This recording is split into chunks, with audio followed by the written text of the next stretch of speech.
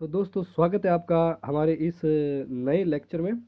हम आज इस लेक्चर में 1857 की क्रांति को कंप्लीट कर देंगे। ठीक है, 1857 का रेवोल्यूशन है, उसको कंप्लीट कर देंगे। ये इस 1857 की क्रांति का लास्ट वीडियो है। ठीक है, ये 1857 की क्रांति का सिर्फ लास्ट वीडियो है, तो इसी के साथ बने रहिए।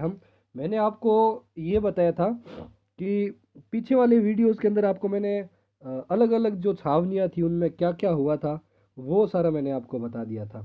तो एक बार वापस उसको थोड़ा सा रिवीजन करते हुए फिर आगे चलेंगे और आज 1857 की क्रांति की समाप्ति कर देंगे और उसी के साथ हम फिर अगला नया चैप्टर स्टार्ट करेंगे जिसका नाम होगा जनजातीय आंदोलन। ठीक है, तो देखिए सबसे पहले मैं आपको बताता हूँ। मैंने आपको नसीराबाद से बताया था, डेट्स वगैरह वो मैंने आपको बता दी है। अभी हम इसके अंदर क्या क्या हुए हैं उसकी थोड़ी सी बात कर लेते हैं। ठीक है, वो तो सबसे पहले नसीराबाद की बात करेंगे। नसीराबाद में ये रिवीजन है, क्विक रिवीजन है, ठीक है ना, उसकी बात है। नसीराबाद के अंदर सबसे पहले क्या हुआ था, विद्रोह 28 मई को हुआ था, नसीराबाद से जुड़ा हुआ था। कौन?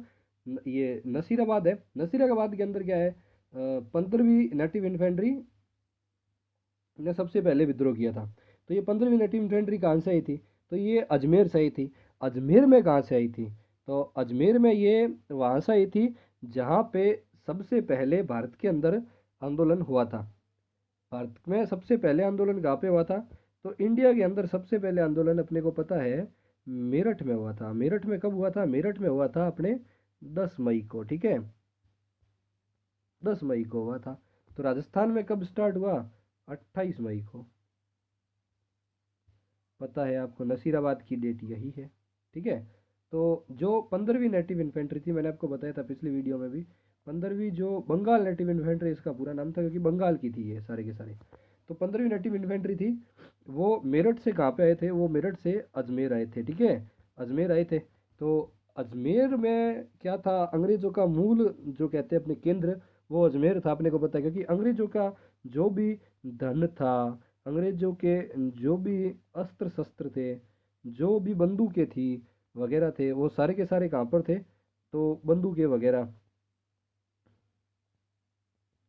ये सारे कहाँ पे थे?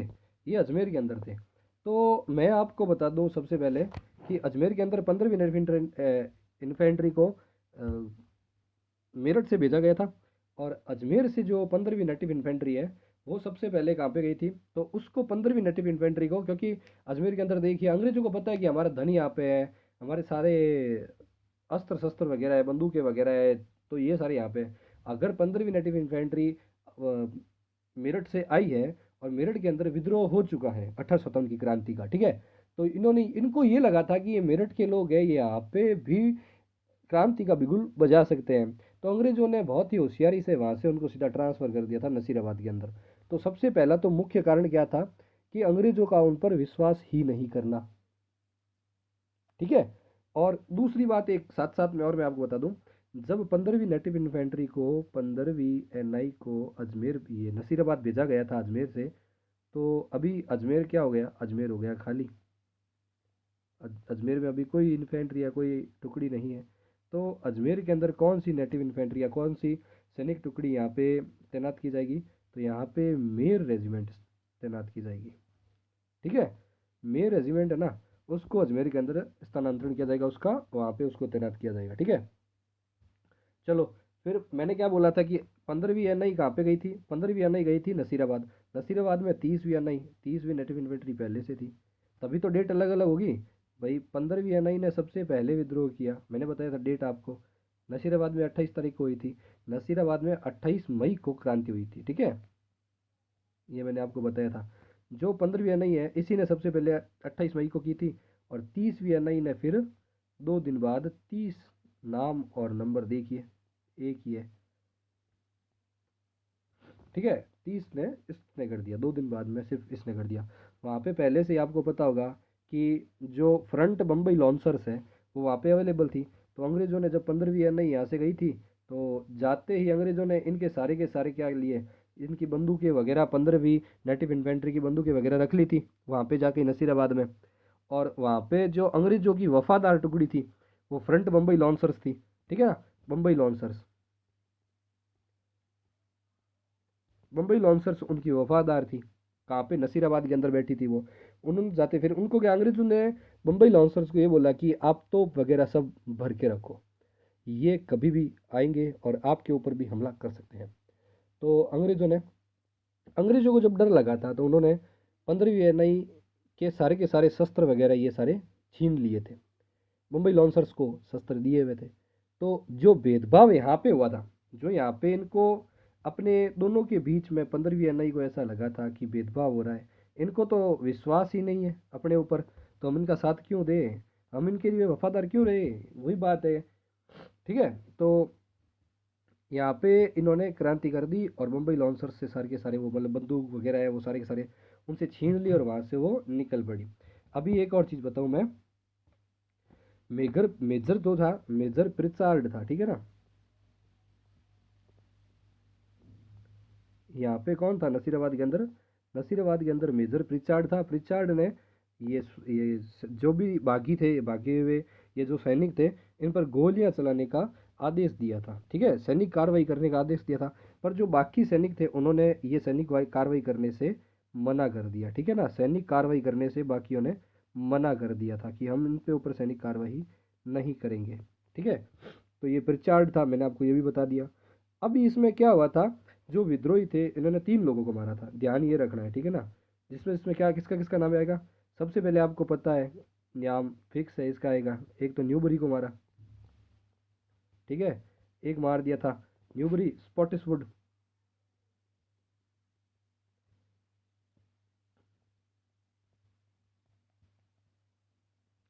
न्यूबरी और स्पॉटिसवुड को तो मार दिया था, न्यूबरी को भी मार दिया, स्पॉटिसवुड को भी गोली मार दी थी। ये 2 लोग तो ऐसे मर गए। ठीक है, अभी एक बंदा और है वो भी मरेगा, पर उसको मारा नहीं था, ये बता दूं मैं आपको। 3 बंदों को मतलब दो बंदों को तो इन्होंने बंदूक की गोलियों से मारा था, न्यूबरी और स्पॉटिसवुड को तो नसीराबाद में जब ये जो छावनी थी ये जारी थी इन्होंने मार दिया। ठीक है, और साथ में एक और बंदा था जिसका नाम था पेनी। अभी पेनी के साथ क्या हुआ मैं बताता हूँ। पेनी भी यहाँ से भागा था। पेनी कहाँ पे भागा था? पेनी अजमेर तो नहीं भागा था, पेनी वहां से वो भागा था सीधा की सीधा जोधपुर की तरफ। ठीक है, पेनी भागा था जोधपुर की तरफ। पर पेनी को क्या हुआ, जोधपुर जाने के जो रास्ता पड़ता है इस रास्ते के बीच में ही हार्ट अटैक आ गया था। ये जो दिल कहते हैं, दिल का दौरा पड़ गया था। ठीक है, दिल के दौरे के कारण पेनी की भी मृत्यु हो गई थी। इसमें 2 बंदे घायल और हुए थे, 2 बंदे घायल हुए थे, 2 मर गए। कौन कौन? न्यूबरी और स्पॉटिसवुड को तो मार दिया बंदूक से, पेनी को हार्ट अटैक आ गया। अभी 2 बंदे जो घायल हुए हैं पर मरे नहीं है। ठीक है ना, एक तो है हार्डी, एक है लॉक। हार्डी और लॉक को घायल कर दिया गया। ठीक है ना, लॉक और हार्डी घायल हो गए, स्पॉटिसवुड, न्यूबरी और स्पॉटिसवुड को मार दिया गया, लॉक और हार्डी घायल हो गए और पेनी को दिल का दौरा आने से उसकी मृत्यु हो गई। नसीराबाद छावनी की ये कहानी। ठीक है, ठीक है, अभी मेरी बात सुनिए। नसीराबाद में अंग्रेज परिवार की रक्षा किसके द्वारा की गई? कौन सी टुकड़ी थी, सैनिक टुकड़ी थी जिसके द्वारा नसीराबाद में अंग्रेज के जो परिवार थे, अंग्रेजी परिवार जो अंग्रेजों के परिवार थे उनकी रक्षा की गई थी? कौन सी टुकड़ी थी वो थी मेरवाड़ा लॉन्सर्स। ठीक है, इनको सेव किया था, इनको इनकी रक्षा की थी किसके द्वारा? इसकी ये थी मेरवाड़ा लॉन्सर्स। ठीक है, मेरवाड़ा लॉन्सर्स के द्वारा इनकी परिवार की, अंग्रेजों के परिवार की रक्षा की गई थी। ठीक है, अभी मैं बताता हूँ नसीराबाद के अंग्रेज अधिकारी को जोधपुर किसने बुलाया था। तो नसीराबाद में जो अंग्रेज अधिकारी थे उनको जोधपुर तख्त सिंह ने बुलाया था। उनको जोधपुर तख्त सिंह जो महाराजा था, तख्त सिंह ने बुलाया था। ठीक है, जोधपुर मतलब जोधपुर ये तख्त सिंह के पास ही जो हुआ ऐसा था कि वहाँ पे जो सैन ये अंग्रेज थे इनको बुलाया था जोधपुर रियासत के तख्त सिंह जी ने इनविटेशन दिया था और फिर वो वहाँ से आए थे और उसी में था पैनी रास्ते के अंदर। तो पैनी डरा हुआ था तो पैनी को हार्ट अटैक आ गया और पैनी की वहाँ पे हो गई मृत्यु। समझ आ गया ये भी? नसीराबाद में सैनिकों ने क्या किया था, एकदम से ऐसे लूट खसोट कर दिया था वहाँ पे, और भयंकर वहाँ पे विद्रोह किया इन्होंने। फिर वहाँ से वो दिल्ली चले गए, ठीक है। वो वहाँ से दिल्ली गए थे। चलो आगे चलते हैं। एक खास बात और मैं आपको अगर बताऊं कि जो ये सैनिक गए थे यहाँ से, तो वो दिल्ली पहुँचे कब थे? तो वो दिल्ली पहुँचे थे 18 जून को। 18 जून, 1857 तो चल ही रहा है, आपको बताइए, ठीक है ना। 18 जून को वो पहुँचे थे। चलो ठीक है, आगे करते हैं। अभी बात करेंगे, थोड़ा सा क्विक रिवीजन है तो उसको देखते हुए हम भरतपुर की। भरतपुर के अंदर कुछ नहीं, भरतपुर के अंदर मैंने ये बोला था कि जो तिथि निश्चित हुई थी, निश्चित तिथि के दिन ही यहाँ पे क्रांति हुई थी,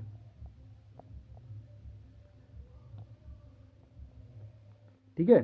निश्चित तिथि के दिन ही यहाँ पे क्रांति हुई थी, ये ध्यान रखना है। भरतपुर के अंदर 31 मई डेट फिक्स कही थी, 31 मई को ही भरतपुर के अंदर क्रांति हुई। समझ आया? एक तो अपने को ये ध्यान रखना है, ठीक है। चलो उसके बाद में क्या है, भरतपुर का शासक कौन था उस समय? भरतपुर का उस समय शासक था जसवंत सिंह, साथ में ध्यान रखना, ठीक है ना। और भरतपुर के पीए कौन थे? भरतपुर के पीए थे मॉरिसन। बहुत बार पूछा हुआ क्वेश्चन है मॉरिसन का। तो भरतपुर के पीए कौन थे? मॉरिसन। भरतपुर के राजा कौन थे? अगर ये पूछ लेगा तो ध्यान रखना जसवंत सिंह था उस समय वहाँ का राजा, ठीक है ना, 1820 क्रांति के समय। वहाँ पे विद्रोह किसने किया था भरतपुर के अंदर? तो मेव और गुर्जरों ने, ठीक है। गुर्जर और मेव थे, गुर्जर और मेव थे, इन्होंने वहाँ पे विद्रोह किया था। शासक ने पीए को भरतपुर छोड़ने की सलाह दी थी, ये ध्यान रखना। जो पीए था मॉरिसन, मॉरिसन को वहाँ के राजा जसवंत सिंह जी ने क्या बोला था कि आप भरतपुर छोड़ के कहाँ पे चला जाओ? आगरा चले जाओ, भरतपुर छोड़ के आगरा चले जाओ आप। फिर ऐसा हुआ था कि वहाँ पे मॉरिसन ने पूछा कि ऐसा क्यों? तो फिर वो बोले कि क्यों का जवाब तो आप न्यूबरी से पूछ सकते हो, क्यों का जवाब आप स्पॉटिसवुड से पूछ सकते हो। तो आपके जो अंग्रेजी अधिकारी थे न्यूबरी और स्पॉटिसवुड, उनसे जाके पूछिए, वो आपको क्यों का जवाब आपके दे देंगे, ठीक है। आगे चलते हैं। अभी मैं आपको बताता हूँ थोड़ा सा आगे।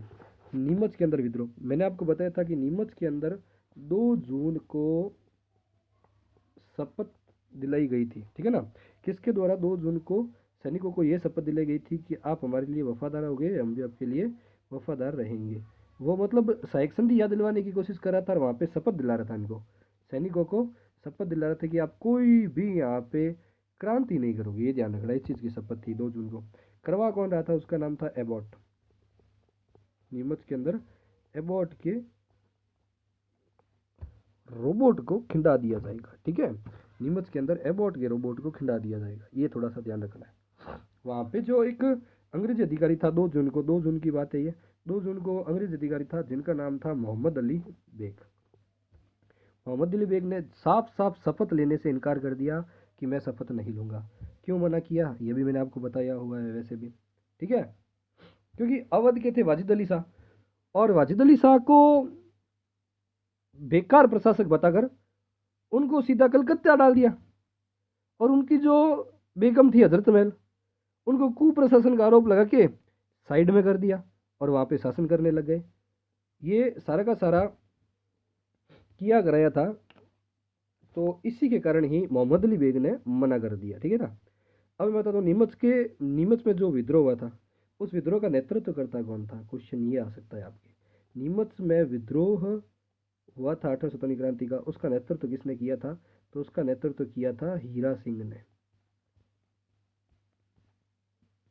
ये सारा का सारा मैटर पीछे बढ़ाया हुआ है आपको, ठीक है। हीरा सिंह ने नेतृत्व किया था। हीरा सिंह के नेतृत्व में नीमच के सैनिकों ने एक अंग्रेज के सार्जेंट और उसकी पत्नी को मार दिया था, और 40 नीमच से अंग्रेज परिवार थे जो वहाँ से सीधे भागे थे, वो डोंगला गए थे। डोंगला के रूघाराम जी के यहाँ पे रुके थे, फिर रूघाराम जी ने उनको रुकाया। फिर जो मेवाड़ का पीए था, पॉलिटिकल एजेंट सावर्स, उसने मेवाड़ के ही जो राजा थे स्वरूप सिंह जी, उनके पास से सेना की सहायता ये लेकर फिर वो डुंगला गया, उदयपुर मैं रूघाराम जी के घर पे गया डुंगला पे। फिर वहाँ से वो 40 अंग्रेजों को निकाले, फिर लाकर जग मंदिर में ठहराता है जो पिछोला झील के अंदर बने हुए हैं। समझ आया कथा?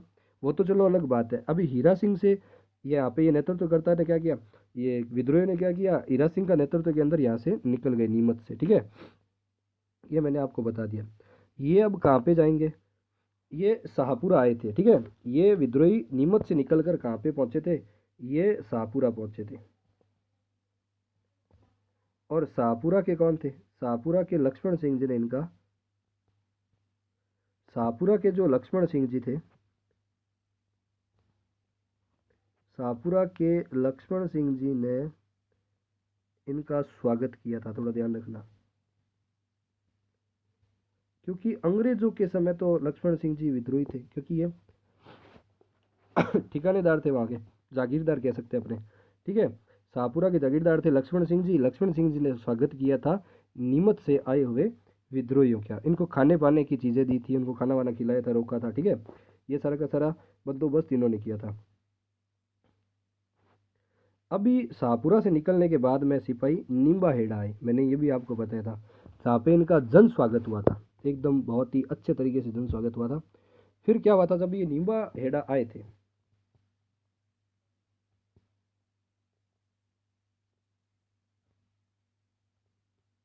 ठीक है, जब ये नींबा हेड़ा आए थे तो वहाँ पे एक क्या नाम है, देवली छावनी की, देवली छावनी थी। नींबा हेड़ा आए तो वहाँ पे देवली छावनी थी, ठीक है, देवली छावनी थी। देवली छावनी के जो सैनिक थे, देवली छावनी में कोटा कंटेलिजेंट थी मेरे हिसाब से, आप बताइए, आप कमेंट में बताइए कि देवली छावनी में कौन थी, थोड़ा सा मेरे को बता देना। क्योंकि देवली छावनी की जो बटालियन थी उस समय वो कहाँ पे गई हुई थी, देवली छावनी की जो बटालियन थी वो उस समय मथुरा में थी, ठीक है। देवली की छावनी, छावनी की जो बटालियन थी वो मथुरा में थी उस समय, मतलब अभी मथुरा में थी। उसका मतलब क्या है, कोटा कंटेलिजेंट देवली छावनी में तैनात किया हुआ था कोटा कंटेलिजेंट को, ठीक है। पर देवली में उस समय कोई नहीं था, देवली छावनी खाली भी नहीं थी, ऐसा भी नहीं है कि कोटा कंटेलिजेंट तो मथुरा में है, देवली में नहीं है। तो उस समय देवली छावनी में कौन है, तो उस समय देवली छावनी में थी महीदपुर बटालियन, ठीक है, महीदपुर बटालियन। ये मैं आपको बता दूं, ये महीदपुर बटालियन को साथ में लिया इन्होंने और यहाँ से ये रवाना हो गए, समझ आया, महीदपुर बटालियन इनके साथ हो गई।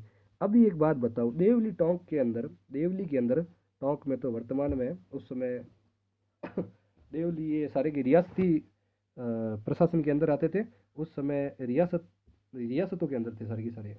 अभी महीदपुर बटालियन थी, महीदपुर बटालियन इनके साथ चली गई, ठीक है, नीमच वाले सैनिकों के साथ यहाँ से चली गई। देवली टोंक की जो कोटा इंटेलिजेंट थी वो अभी थी मथुरा के अंदर। अब ये नीमच से जो विद्रोही आए हुए हैं, सैनिक आए हुए हैं, इनके साथ महीदपुर बटालियन मिल गई। ये फिर आगे गई, आगे ये आगरा पहुंचे और उस तरफ से मथुरा से जो कोटा कंटिलीजेंट है वो भी आगरा पहुंची।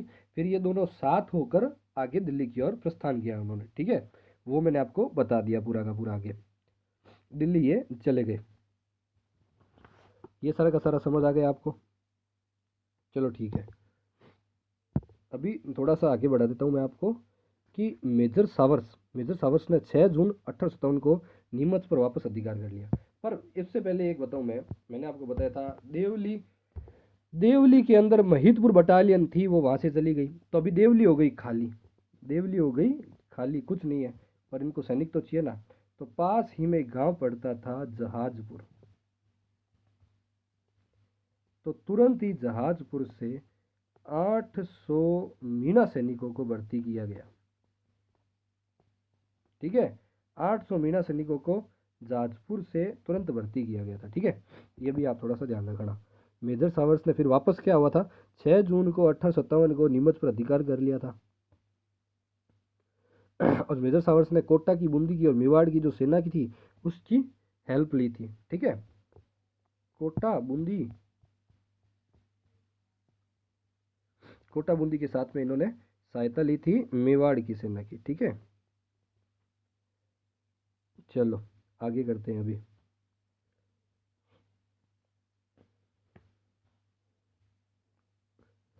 आगे करते हैं। जयपुर का भी थोड़ा सा रिवीजन करें तो जयपुर के अंदर पता है अपने को राजा कौन था, राम सिंह द्वितीय, और इडन वहाँ का पीए था, ठीक है। ईडन वहाँ का पीए था। और उसके बाद में वहाँ पे जो विद्रोही थे उनका नाम मैं आपको वापस एक बार बता देता हूँ। जयपुर के अंदर विद्रोही कौन कौन थे, तो वहाँ के जो विद्रोही थे उनका नाम था सादुल खां, उस्मान खां और विलायत खां।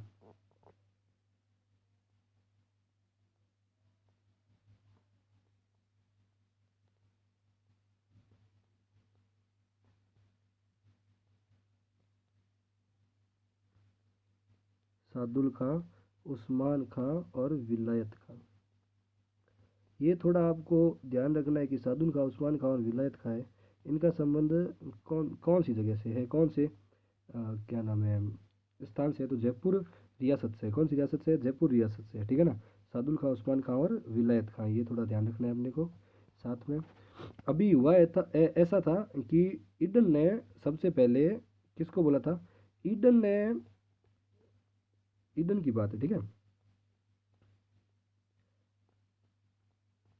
ईडन जो वहाँ का क्या था, पीए था, जयपुर का पीए था। ईडन ने किसको बोला, ईडन ने राजा को बोला, राम सिंह सेकंड को, ठीक है। ईडन ने राजा को बोला, राम सिंह सेकंड को क्या बोला था इन्होंने, ईडन ने ये बोला था राम सिंह सेकंड को कि मेरे को ऐसा लग रहा है कि यहाँ पे हमारे विद्रोह होगा। ये बात किसको बोला था इसमें, राजा को, ठीक है। राम सिंह जी को ईडन ने ये बात बताई। राम सिंह जी ने बोला कि आप नाम बताइए सर, आप नाम बताइए, हम उनकी ऐसी की तैसी कर देंगे। ये बात बोली थी राम सिंह सेकंड ने। तो ये बात सेट ईडन की हुई। ईडन ने बता दिया कि भाई ये जो तीन बंदे हैं आपके, ये जो तीन बंदे हैं, ये तीन बंदे हैं, ये ही क्रांति करने की कगार पर है। सादुल खां, उस्मान खां और विलायत खां, इन तीनों का नाम याद रखना। तो ये बात सुनकर तुरंत ही राम सिंह ने राम सिंह जी सेकंड ने एक एक्शन लिया और इनको पकड़ लिया। सादुल खां, उस्मान खां और विलायत खां को पकड़ लिया था। और मेरे हिसाब से सादुल खां को तो पहले जेल हो गई थी, और उस्मान खां, विलायत खां को जयपुर से बाहर निकाल दिया गया था, रियासत से बाहर निकाल दिया गया था। इनको तो वापस जेल हट भी गई थी, इनको इनका जो भी काम था वापस सौंप दिया गया था, पर इनको लंबे समय तक वापस जयपुर के अंदर नहीं लिया गया था। ऐसा ही कुछ था। अभी आगे देखते हैं। ये अंग्रेजों ने राम सिंह को, ये चीज़ जो हुई थी, राम सिंह के द्वारा एक्शन जो लिया गया था, इसको लेकर अंग्रेजों ने राम सिंह को सितार ए हिंद की उपाधि दी थी, ठीक है। सितार ए हिंद की उपाधि किसको मिली थी, राम सिंह सेकंड को अंग्रेजों के द्वारा मिली थी। तो किसको कहते हैं सितार हिंद, जयपुर के राम सिंह सेकंड को ये पोस्ट मिली थी, थोड़ा ध्यान रखना है, ठीक है अपने को। और एक परगना भी दिया था, परगना मतलब एक स्थान दिया था छोटा सा, एक परगना भी दिया था, ठीक है ना। एक परगना भी दिया था, कौन सा परगना दिया था, कोटपुतली, ये थोड़ा ध्यान रखना है, ठीक है। कोटपुतली परगना भी राम सिंह सेकंड को अंग्रेजों ने इसी चीज़ के एक्शन लेने के लिए दिया था, ठीक है। अभी टोंक, टोंक के अंदर अपन पढ़ लेते हैं। तो टोंक के कौन थे, वजीरुद्दौला, टोंक के नवाब थे। क्रांति के समय टोंक के नवाब थे अपने वजीरुद्दौला, ये थोड़ा ध्यान रखना है, ठीक है। टोंक के नवाब थे वजीरुद्दौला, जो थे वो टोंक के नवाब थे। और विद्रोही कौन था, तो ये तो नवाब हो गए, ठीक है, और ये विद्रोही हो गया। तो विद्रोही कौन था, इनके मामा थे। विद्रोही जो थे वो टोंक के नवाब वजीरुद्दौला के मामा ही थे, जिनका नाम था मीर आलम खां। मीर आलम, मीर आलम खां, ठीक है। मीर आलम खां, ये इन्हीं के मामा थे। इन्होंने तो साथ दिया अंग्रेजों का, इन्होंने साथ दिया सैनिकों का। और टोंक के अंदर एक बात और बताऊं मैं आपको, कि जो टोंक है, इस टोंक के अंदर, इस टोंक के अंदर महिलाओं ने भी विद्रोह में भाग लिया था। महिलाओं ने भी विद्रोह में भाग लिया था टोंक के अंदर। महिलाओं ने भी विद्रोह में भाग लिया था टोंक के अंदर, महिलाओं ने भी विद्रोह में भाग लिया था। और इसकी जानकारी कहाँ से मिलती है कि टोंक के विद्रोह के अंदर महिलाओं ने भी विद्रोह में भाग लिया था, तो इसकी जानकारी मिलती है, एक किताब है जिसका नाम है आजमाइश, ठीक है। आजमाइश नाम की किताब में इसकी जानकारी मिलती है कि टोंक के अंदर महिलाओं ने भी विद्रोह किया था।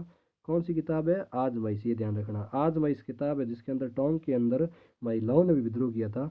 ये आजमाइश बुक है किसकी, इसकी जानकारी और मैं आप दे दूं तो जो आजमाइश किताब है, ठीक है, आजमाइश जो बुक है, आजमाइश किताब है, ये आजमाइश बुक किसके द्वारा है लिखी हुई? ये आजमाइश किताब लिखी हुई है मोहम्मद मुजीब के द्वारा। ये किसके द्वारा लिखी हुई है? ये किताब लिखी हुई है मोहम्मद मुजीब द्वारा, थोड़ा ध्यान रखना, ठीक है। मोहम्मद मुजीब की किताब आजमाइश में इस बात की जानकारी मिलती है कि टोंक के विद्रोह के अंदर महिलाओं ने भी भाग लिया था, थोड़ा ध्यान रखना, ठीक है। चलो, निम्बा एडा के ताराचंद पटेल कैप्टन जैक्सन की सेना का सामना करता है। अभी हुआ क्या था मैं आपको बताता हूँ। ये यहाँ पे हमने थोड़ा सा पीछे एक चीज़ पढ़ा था कि नीमच से जो भागे हुए सैनिक थे उनको कहाँ पे, शाहपुरा के अंदर लक्ष्मण सिंह जी ने खाना वाना दिया था, ठीक है। कहाँ पे? शाहपुरा के लक्ष्मण जी ने, मैंने आपको बताया था कि शाहपुरा के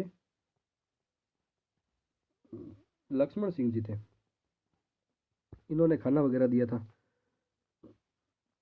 फिर ये शाहपुरा से कहाँ पे गए थे? नीमबा हेड़ा के जो सैनिक थे सॉरी, जो शाहपुरा के नीमच के जो सैनिक थे शाहपुरा आए थे। शाहपुरा से ये कहाँ पे गए थे? देखो, यहाँ से ऐसे करते हैं कि पहले नीमच से आई, सॉरी, नीमच से आई शाहपुरा, ठीक है। शाहपुरा से ये कहाँ पे जाएंगे? शाहपुरा से ये जाएंगे नीमबा हेड़ा,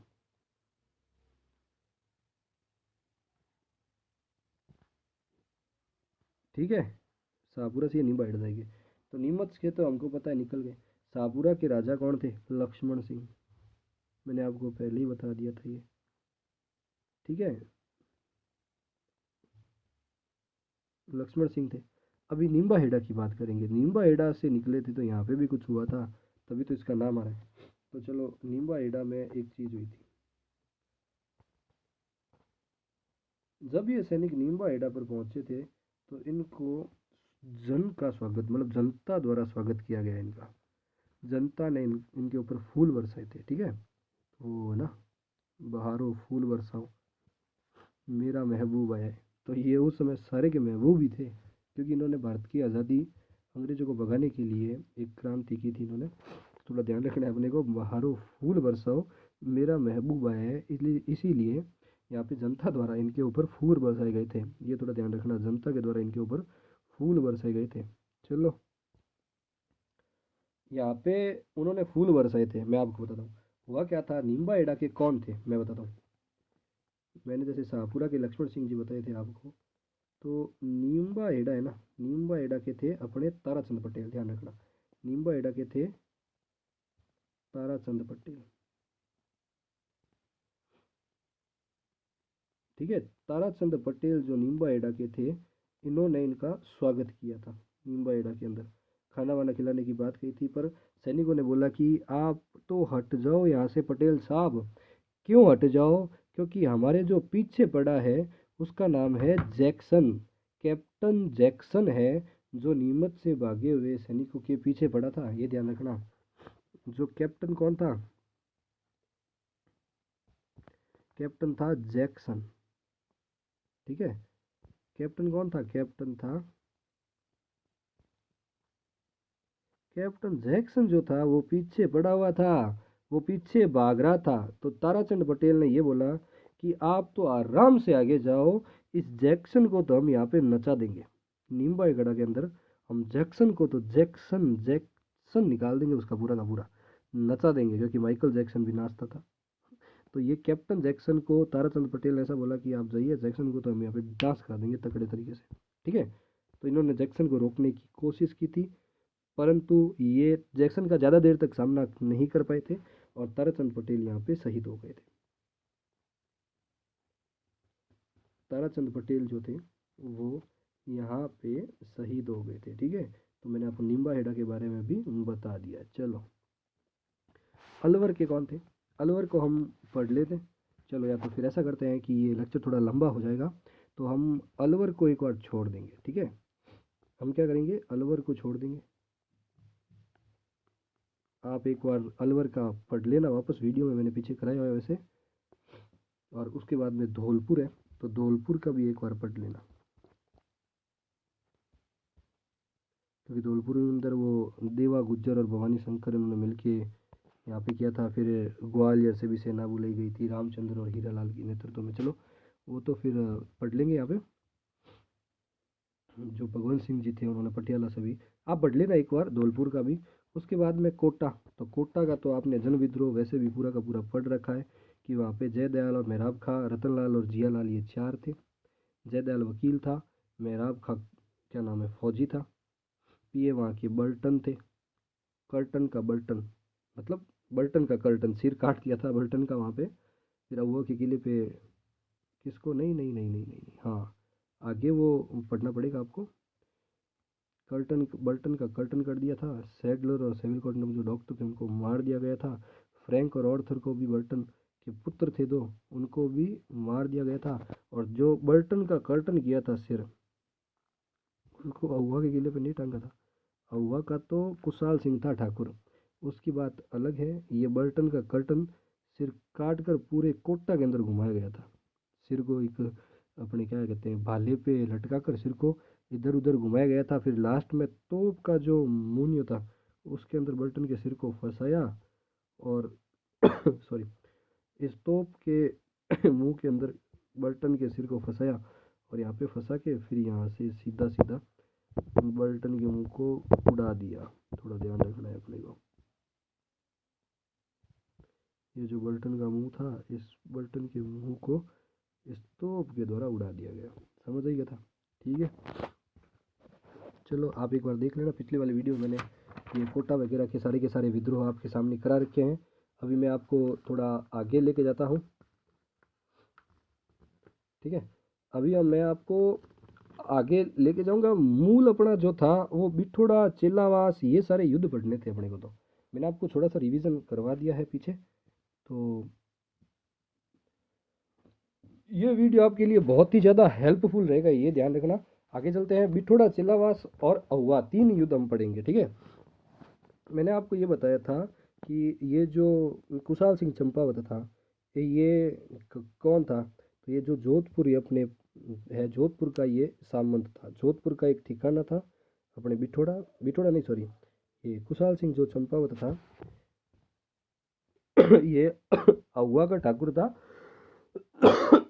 सॉरी, बिठूड़ा के तो कान जी थे। बिठूड़ा के ऊपर कान जी को तैनात कर दिया था जोधपुर के शासक ने, तो उसका विरोध किया था अपने कुशाल सिंह चंपावत जी ने। तो जब उसका विरोध किया था तो जो जोधपुर का शासक था उसने ये बोला कि तुम होते कौन हो मुझे ऐसे कहने वाले, तुम मना नहीं कर सकते। तो फिर वापस चंपावत जी ने हमारे ये बात बोली कि जो हमारा जो ठिकाना है, एक मिनट, हमारा जो ठिकाना है, अहुआ ठिकाना है, वो प्रथम श्रेणी का ठिकाना है। तो मैं आपको बताता हूँ प्रथम श्रेणी के ठिकाने थे कुछ।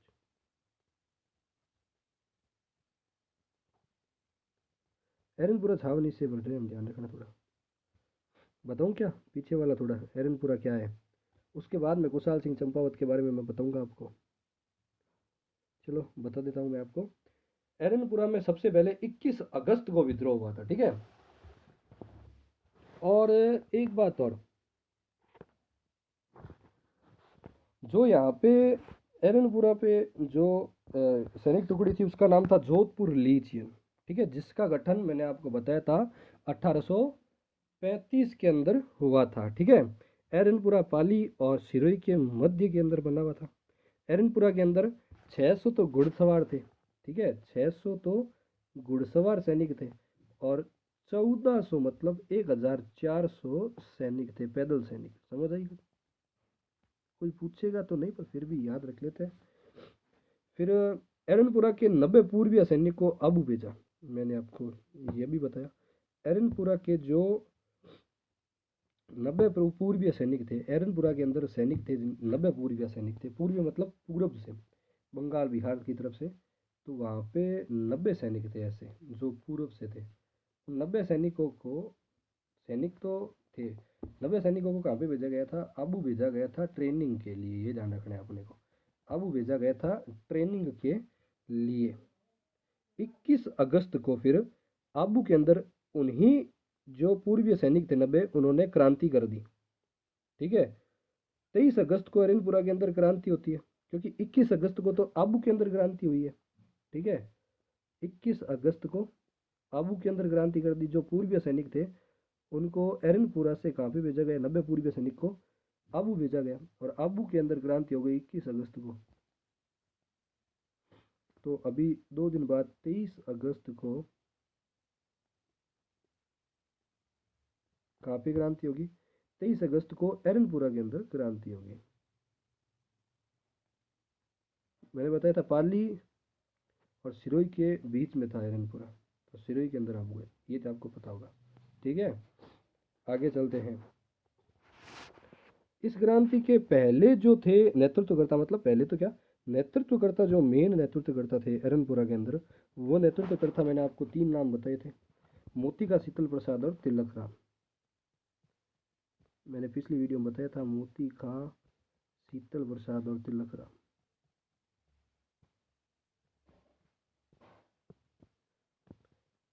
सॉरी,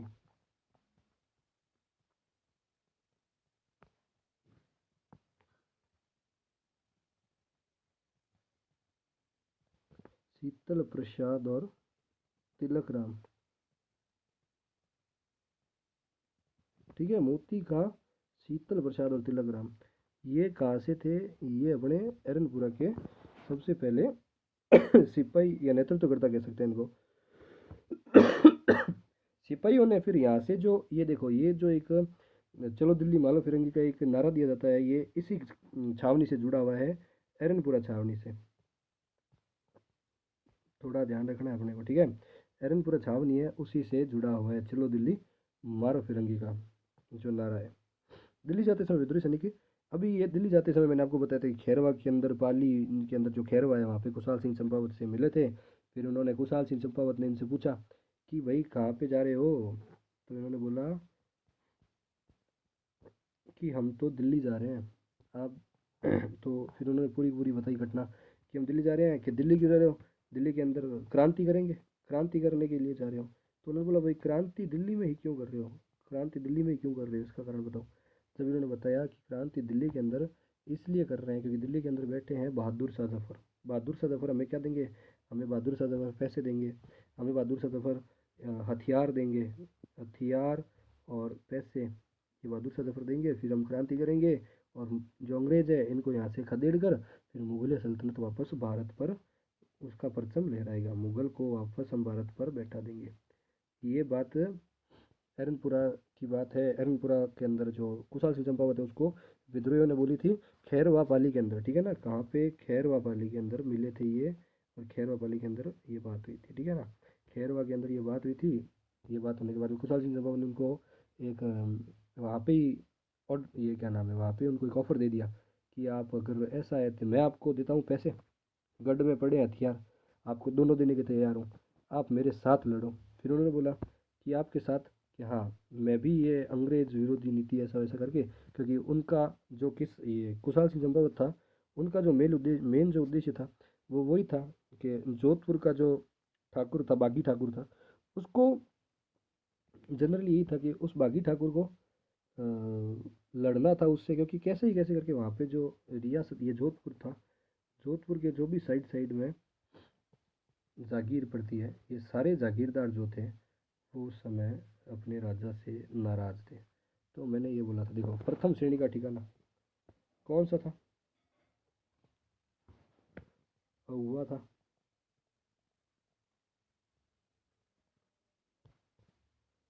हुआ जो था वो प्रथम श्रेणी का ठिकाना था। ठीक है, प्रथम श्रेणी के ठिकाने और कौन से थे? ये आप कमेंट करके बताओ मेरे को। प्रथम श्रेणी के और कौन से ठिकाने थे? हुआ जो था प्रथम श्रेणी का ठिकाना था। ठीक है, तो बाकी जो प्रथम श्रेणी के ठिकाने थे वो आपको कमेंट में मेरे को बताओगे, नहीं तो अगले वीडियो में मैं आपको फिर बताऊंगा। चलो, जो जो जवाब देगा उसका कमेंट के अंदर मैं नाम बताऊंगा बोल के वीडियो के अंदर। कि नहीं इसने ये सही जवाब दिए हैं। चलो अभी आगे चलते हैं। मैंने आपको बोला था कि बिठोड़ा एक पास में ही गांव पड़ता है, बिठोड़ा, ठीक है। बिठोड़ा ही गांव पास में पड़ता है, अहुआ के पास में बिठोड़ा पड़ता है। बिठोड़ा के अंदर कान जी को बैठा दिया था,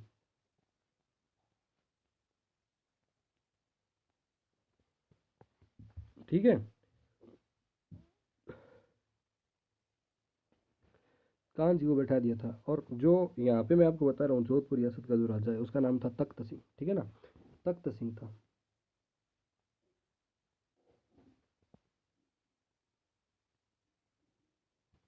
तख्त सिंह था कहाँ का, तो तख्त सिंह मतलब जो तख्त सिंह से पहले जो राजा थे उनकी मृत्यु हो गई थी। उनकी मृत्यु के बाद में उनके कोई लड़का नहीं था, ठीक है। तो उनके कोई लड़का अगर नहीं था तो यहाँ पे ये सीट खाली नहीं रह सकती। तो यहाँ पे एक नियम हुआ करता था, मैंने पहले आपको बताया है कि इधर से ये गोद ले लेंगे, यहाँ से इधर गोद ले लेगा, ये लेना देना चलता रहता था। तो इधर से आया हुआ था यहाँ पे ये तख्त सिंह, समझ आई कथा, समझ आई नहीं कथा। यहाँ पे जो तख्त सिंह थे वो इधर से आए हुए थे, सेट हो गया। तो इन्होंने इनकी बात नहीं मानी, फर्स्ट श्रेणी का ठिकाना था ये बात, प्रथम श्रेणी का ठिकाना था। ये भी उसको पता था या नहीं पता था, मेरे को तो पता नहीं। आगे देखते हैं। इन्होंने कान जी को मार दिया, ठीक है ना, बिठोड़े कान जी को इन्होंने मार दिया था। खुशहाल सिंह चंपावत ने साथ में अपने एरनपुरा पाली के जो एरनपुरा के जो विद्रोही थे उनको साथ में ले लिया। फिर 3 युद्ध लड़े थे, ये भी उठे, बिठोड़ा, चिल्लावास और अहुआ, मैंने आपको बताया था। बिठोड़ा, चिल्लावास और अहुआ, तो तीनों युद्ध की डेट भी आपको अगर पता होगी, 8, 8, 18 और 20, ठीक है ना। 8, 8 सितंबर, तो नहीं है, ठीक है, नहीं, 18 सितंबर, 20 जनवरी। अब समझ आ गई, ठीक है तीनों में क्रांति 57 ही है, 1857, 1857 और 1857, ठीक है। चलो ये बिठोड़ा है, ये चिल्लावास है, एक हुआ है। चलो बिठोड़ा के बारे में बात बता देता हूँ मैं आपको। बिठोड़ा का युद्ध हुआ था 8 सितंबर। एक साइड था अंग्रेजों का हितकोट, और हितकोट तो था अंग्रेजों की तरफ से। जोधपुर में, जोधपुर की तरफ से कौन कौन था इसमें, क्या था कि एक साइड में तो अपने फिक्स है, ये चंपावत जी है अहुआ वाले, ठीक है ना, कुशाल सिंह चंपावत फिक्स है एक साइड। उसके सामने क्या था, अंग्रेज सहायक संधिया थी ना, उसके कारण अंग्रेज, और साथ में सहायक संधिया तो चलो थी, एरनपुरा वाले जो थे ये कुशाल सिंह चंपावत के साथ में थे ना, इसके कारण अंग्रेज भी उस तरफ से भी थे, एरनपुरा। इधर अंग्रेजों के साथ में ये जोधपुर के राजा, अंग्रेज और जोधपुर, ये ऐसा था, ठीक है। अभी हम देखते हैं बिठूड़ा का युद्ध, डेट आपको बता दी मैंने, 8 सितंबर। अभी एक साइड अंग्रेज है, अंग्रेजों का पहले तो अपने कुशाल सिंह चंपावत जी फिक्स है। उस साइड कौन थे, उस साइड 2 लोग थे, एक तो अंग्रेज था, ये अंग्रेज नहीं लिखे, मैं इसको ब्रिटिशियस लिख देता हूँ, ठीक है। एक साइड ब्रिटिशियस था और एक साइड अपने जोधपुर के थे। जोधपुर के देसी कौन थे और ब्रिटिशियस कौन था, ये आपको बताता हूँ मैं। ब्रिटिशियस तो था हीथकोट, हीथकोट था ब्रिटिशियस, ठीक है, हीथकोट था, ब्रिटिशियस था हीथकोट। और एक साइड में, और दूसरी साइड में कुशाल सिंह चंपावत, कुशाल सिंह सिंघवी और राजमल और छत्रसाल। देखो, सॉरी,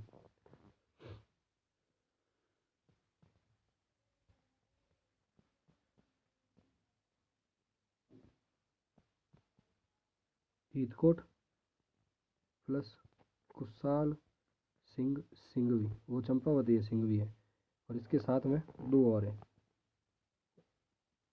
राजमल, और एक और है जिसका नाम है छत्रसाल, ठीक है। ये 3 लोग थे, 4 लोग थे, छत्रसाल, राजमल, हितकोट और कुशाल सिंह सिंघवी। और उस साइड में कौन थे, एरनपुरा के साथ में कुशाल सिंह चंपावत था।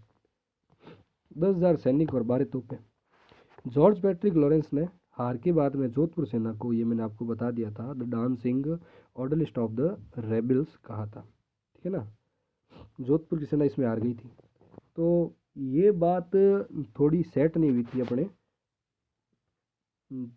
JPL के, जॉर्ज पैट्रिक लॉरेंस है, उनकी ये सेट नहीं हुई कि भाई दो, जो एक अंग्रेज़ों की सेना है एक वो जोधपुर की सेना है, ये दोनों इकट्ठी थी, फिर भी कुशाल सिंह चंपावत ने इनको हरा दिया, ये कैसे? तो ये गुस्सा आ गया था अपने एजीजी को। हमारे एजीजी ने फिर सीधा ऐसे समझ लो आप कि कॉल किया, किसको कॉल किया? अपने पीए को। पीए कहाँ पे बैठता था? पीए मेक मोशन, मारवाड़ वाला पीए मेक मोशन को, मेक मोशन को कॉल करके क्या बोलता है कि मेक मोशन, उस तरफ से तू आ, इस तरफ से मैं आता हूँ। इन सालों कुशाल सिंह चंपावत और उनके जो भी एरनपुरा वाले पार्टी, एरनपुरा के जो भी सैनिक है, इनको अंदर घुस के मारेंगे मिलके, इनकी ये औकात जो अपने को हरा दे।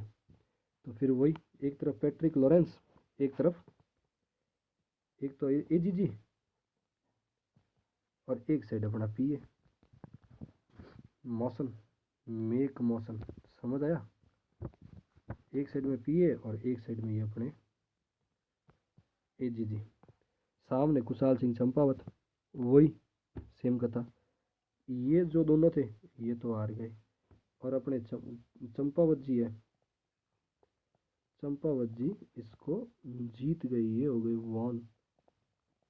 इतनी हालत ख़राब कर दी थी इनकी, मैं आपको क्या बताऊं, इतनी हालत ख़राब कर दी थी कि जो मेक मौसम था ना, इसका सर काटा था, इसका सर काट के अहुआ के किले पे ले जाके लटका दिया था। ठीक है, तो यहाँ पे ये हुआ कैसे, मैं बताता हूँ। पैट्रिक लॉरेंस पहले लड़ रहे थे, पैट्रिक लॉरेंस और चंपावत जी की जो सेना थी ये लड़ रही थी, यहाँ पे वॉर चल रही थी। ठीक है, तो हुआ ऐसा था कि जॉर्ज पैट्रिक लॉरेंस की सेना यहाँ पे लड़ रही है, यहाँ पे लड़ रही है। चंपावत जी वाली सेना है, इन्होंने जॉर्ज पैट्रिक की सेना को थोड़ा सा पीछे खदेड़ दिया। ठीक है, ये थोड़े से पीछे हो गए, ये पीछे होने के बाद थोड़ा सा रुक गए। फिर उन्होंने ये सोचा कि सबसे पहले हम क्या करते हैं, मेक मौसन की सेना आने देते हैं, उसके बाद में हम युद्ध करेंगे। थोड़ा युद्ध डाउन हो गया था उस समय।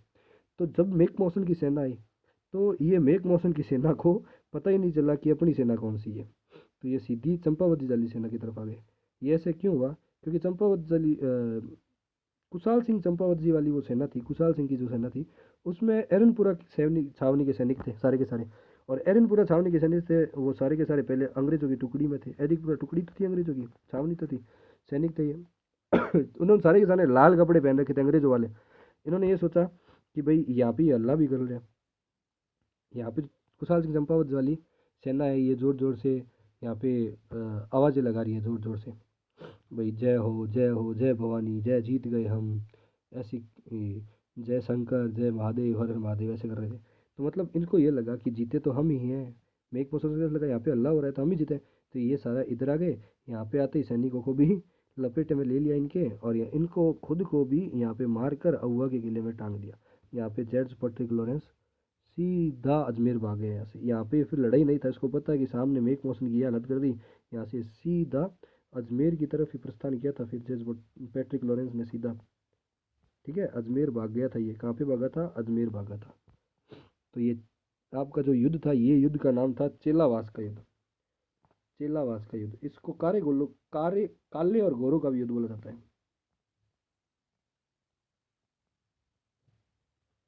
चेलावास के युद्ध को काले गोरों का युद्ध बोला जाता है। क्यों बोला जाता है काले और गोरों का युद्ध? क्योंकि इस तरफ भी काले और गोरे दोनों थे, उस तरफ भी काले और गोरे दोनों थे। मूल उद्देश्य तो ये देखो, यहाँ पे जॉर्ज पैट्रिक लॉरेंस और पीए मेक मोशन, दोनों साइड अंग्रेजों की सेना थी। ठीक है, दोनों साइड अंग्रेजों की सेना, और इस तरफ कौन थे? इस तरफ कुशाल सिंह चंपावत जी, जिनके पास कोई भी अंग्रेज नहीं, और उनके साथ एरनपुरा की सेना जिसमें भी कोई अंग्रेज नहीं।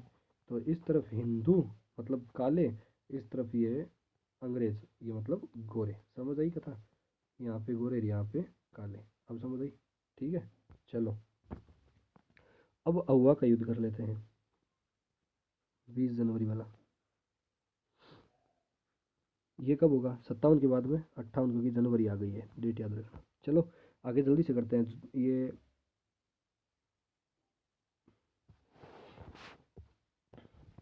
हुआ क्या था मैं बताता हूँ। अहुआ के अंदर जब ये चेलावास का युद्ध हो गया था, उसके बाद में अहुआ का युद्ध होता है।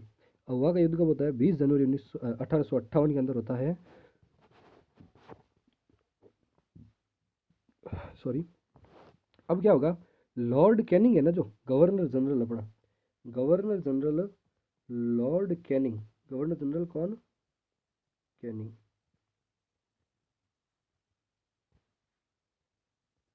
ठीक है, गवर्नर जनरल जो लॉर्ड कैनिंग है, लॉर्ड कैनिंग ने क्या किया, कर्नल होम्स के नेतृत्व में इसने क्या किया था कि जो होम्स था, होम्स के नेतृत्व में, होम्स के नेतृत्व में पालनपुर व नसीराबाद की सेना, किसकी, देखो होम्स इसका नेतृत्व करता था, इसमें दो सेनाएं थी, एक तो थी पालनपुर की और दूसरी थी नसीराबाद की।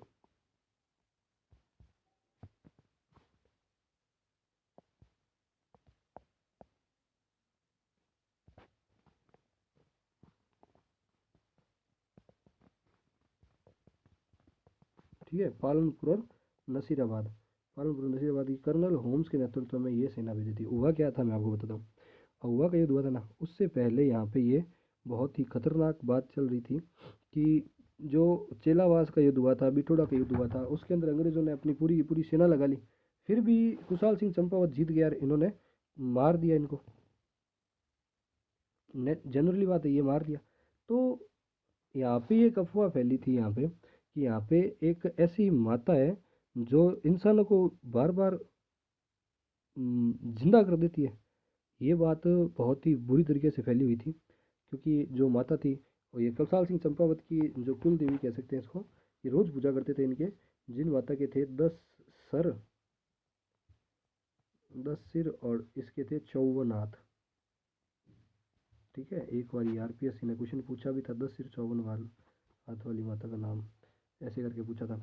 ठीक है ना, सुगाली माता इनका नाम है, इनका नाम है सुगाली माता, सुगाली माता इनका नाम है, 10 सिर और 54 हाथ है, सुगाली माता नाम है इनका, ये ध्यान रखना। 18 स्वतंत्र क्रांति की कुल देवी माता कहते हैं इसको, 18 क्रांति की, ठीक है ना, सुगाली माता नाम है इनका। 18 क्रांति के, ये कुशाल सिंह चंपावत की कुल देवी कह सकते हैं इनको।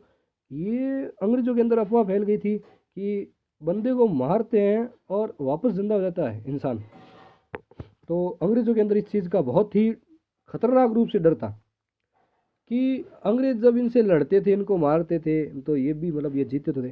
तो अलग अलग जगह पे ये बात हुई कि भाई ये बंदों को मारते हैं और वो वापस जिंदा हो जाते हैं, तो जनरली वापस इनसे लड़ने के लिए कोई भी अंग्रेज आगे नहीं आया था, मतलब आगे नहीं आया था। तो होम्स के नेतृत्व के अंदर अपने गवर्नर जनरल कैनिंग ने 2 जगह की सेना को भेजा था। कौन सी? पालनपुर और नसीराबाद। ठीक है ना, पालनपुर और नसीराबाद। कहाँ पे? पालनपुर और नसीराबाद पर हमला करने के लिए भेजा था। अभी कुशाल सिंह को ये बात पता चल चुकी थी कि ये अब जीत नहीं सकता, क्योंकि हुआ ऐसा था कि उस समय इनके साथ में कौन थे? उस समय इनके साथ थे एरनपुरा छावनी थी, समझ आया? इस समय इनके पास अब सैनिक एरनपुरा छावनी वाली है ही नहीं, लोग ही जनवरी के अंदर।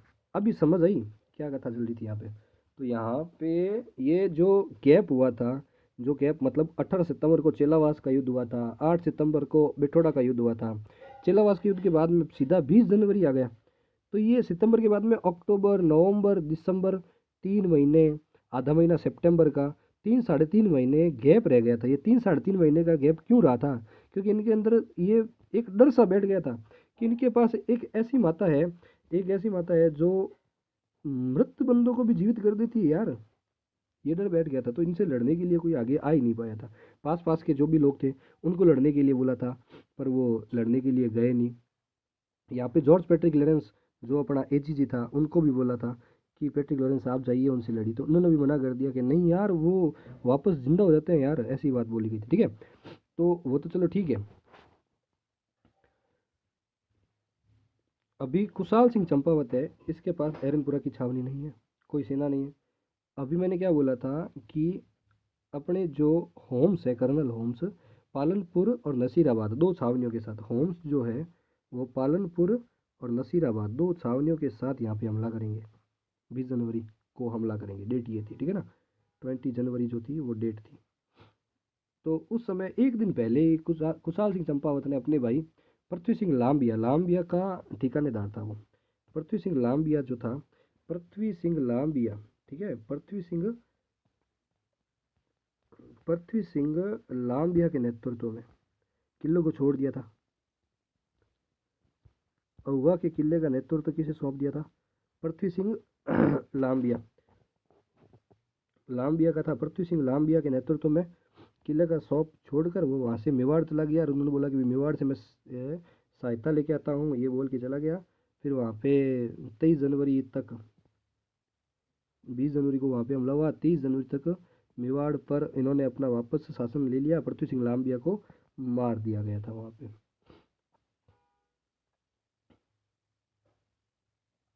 यहाँ पे हुआ क्या था कि जो होम्स था, मैंने क्या बोला था, होम्स पालनपुर और साथ में नसीराबाद की सेना लिखा था। तो होम्स जो था, सिर्फ होम्स की बात नहीं है, होम्स के बाद साथ जोधपुर का सैनिक कौन था, सेनापति भी अपनी सेना लेके आया था जोधपुर का, जिसका नाम था हंसराज जोशी।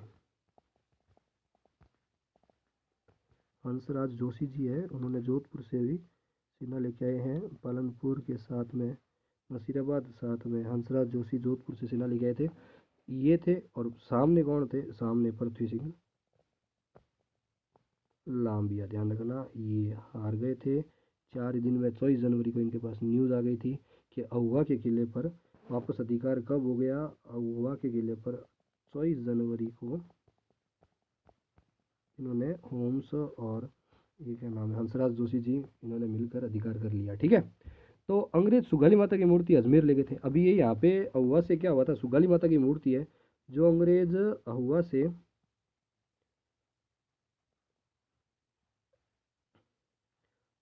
कहाँ पे ले गए थे? अहुआ से ये ले गए थे अजमेर, ठीक है, अजमेर ले गए थे। और अजमेर के राजपुताना म्यूजियम जो था वहाँ पे रखी गई थी। पहले राजपुताना म्यूजियम जो था अजमेर ले गए थे ना, इस अजमेर और अहुआ से बीच में एक बार और ये आबू में भी थी। आबू के अंदर एक गोदाम के अंदर इसको बंद करके रख दिया गया था उस समय। फिर कालांतर में उसको अजमेर और के राजपुताना म्यूजियम में स्थानांतरित कर दिया गया था। और जो वर्तमान में ये कहाँ पे है? वर्तमान में सुगाले माता की मूर्ति है बांगड़ पाली के अंदर म्यूजियम है, बांगड़ म्यूजियम, वहाँ पे इसको रखा गया है, ठीक है। पाली के बांगड़ म्यूजियम में इसको वर्तमान में रखा गया है। मैंने आपको ये बता दिया। 1857 की सैनिकों की देवी कौन है? 1857 क्रांति के सैनिकों की देवी तो यही है। अभी ये जो गए थे कुशाल सिंह चंपावत, मैंने आपको बताया था कि ये जनवरी के पृथ्वी सिंह लांबिया को अहुआ का किला सौंप कर ये वहाँ से गए थे। तो ये सबसे पहले गए थे कोठारिया के जोध सिंह के पास। ये दो जगह गए थे, मैं बताता हूँ। एक तो गए थे ये कोठारिया, ठीक है, और दूसरे गए थे सलूम्बर। सलूम्बर का नाम लेते ही एक चीज़ आपके ये मन में आ जानी चाहिए, सलूम्बर क्या था? चुंडावतों को दिया हुआ ठिकाना था, मेवाड़ का ए श्रेणी का ठिकाना था सलूम्बर। तो कोठारिया के जोध सिंह, ठीक है, कोठारिया के थे जोध सिंह, कोठारिया के जोध सिंह। और सलूम्बर के कौन थे? केसरी सिंह। कोठारिया के तो थे जोध सिंह और सलूम्बर के थे केसरी सिंह, ध्यान रखना, ठीक है ना, केसरी सिंह। चलो अभी आगे बढ़ते हैं इसको। इन्होंने शरण दी थी कोठारिया के जोध सिंह ने और सलूम्बर के केसरी सिंह ने अपने कुशाल सिंह चंपावत को शरण दी थी, ये थोड़ा ध्यान रखना आपने, ठीक है ना। उसके बाद में क्या होगा जो कुशाल सिंह चंपावत है, इसने खुद ने ही 8 अगस्त को 8 अगस्त 1860 की बात है, इसने सरेंडर कर दिया था, खुद ने आत्मसमर्पण किया था। किसके सामने? नीमच में आकर, नीमच में आत्मसमर्पण किया था। ठीक है, आत्मसमर्पण किया था नीमच के अंदर कुशाल सिंह चंपावत ने। फिर एक कमीशन बना था, ठीक है ना, major Taylor commission. Taylor commission कहते हैं, टेलर की अध्यक्षता में बना था ये। एक कमीशन बनेगा अब, टेलर कमीशन। देखो, मैंने आपको एक बात बताई अभी जस्ट पीछे कि 8 अगस्त को, 8 अगस्त कब कब 8 8 अगस्त 1860, क्या बात आएगी, 8 अगस्त 1860 है नहीं, 8 अगस्त 1860 रे माया कुशाल सिंह चंपावत है और नीमच रे सामने, नीमच रे मोने यार, और आत्मसमर्पण कर देवे अंग्रेजा रे सामने। अब टेलर आयोग बनसी। टेलर आयोग क्या कैसी, टेलर कमीशन है, टेलर आ बात कहवे टेलर कमीशन कुशाल सिंह चंपावत नहीं, इरी जांच रे वास्ते टेलर कमीशन बनिया। ठीक है, टेलर कमीशन कद बनसी, 8 अगस्त तो 2 दिन बाद रे माने।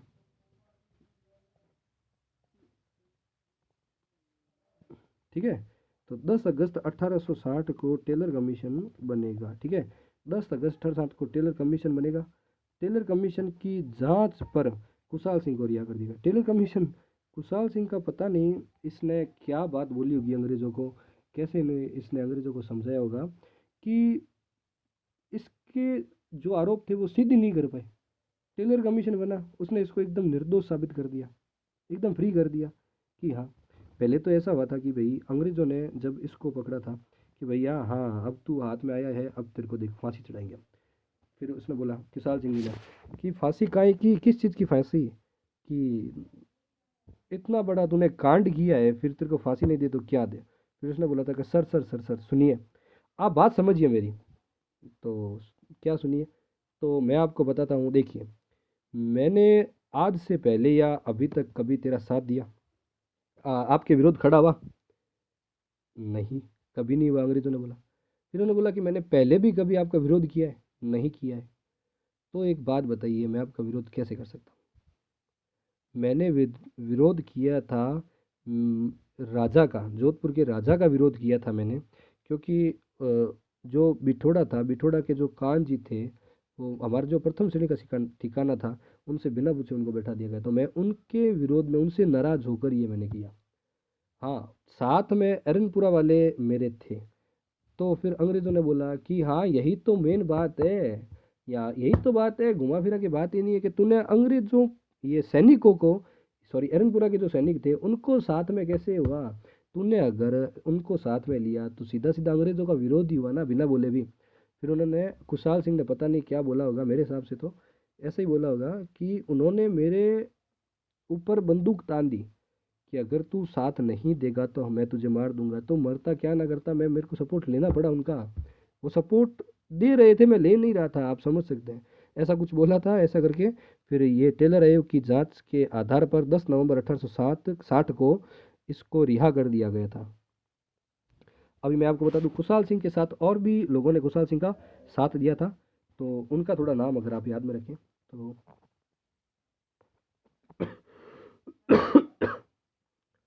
आशोप के शिव सिंह,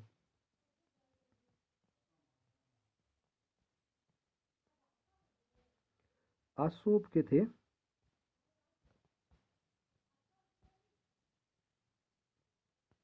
आशोप के शिव सिंह, गुल्लर के बिशन सिंह,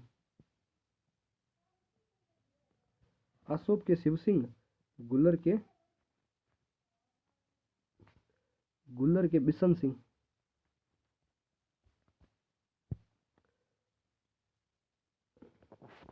आलनीवास के अजीत सिंह,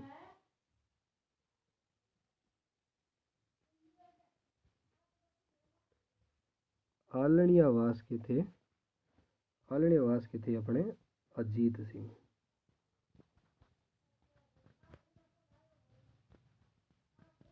ठीक है, देखो, अशोक के शिव सिंह, गुल्लर के बिशन सिंह, आलनेवास के अजीत सिंह, इन तीनों लोगों ने सहायता की थी इसकी। अशोक जो जोधपुर में बढ़ता है, शिव सिंह है जो नारनौल हरियाणा में अंग्रेजों से लड़ते हैं। ठीक है ना, ये जो तीनों मिलकर क्या है, नारनौल के अंदर एक युद्ध होता है, युद्ध तो नाम तो नहीं है, नारनौल में ये साथ देते हैं, नारनौल के अंदर ये लड़ते हैं अंग्रेजों से। नारनौल हरियाणा का भाग है।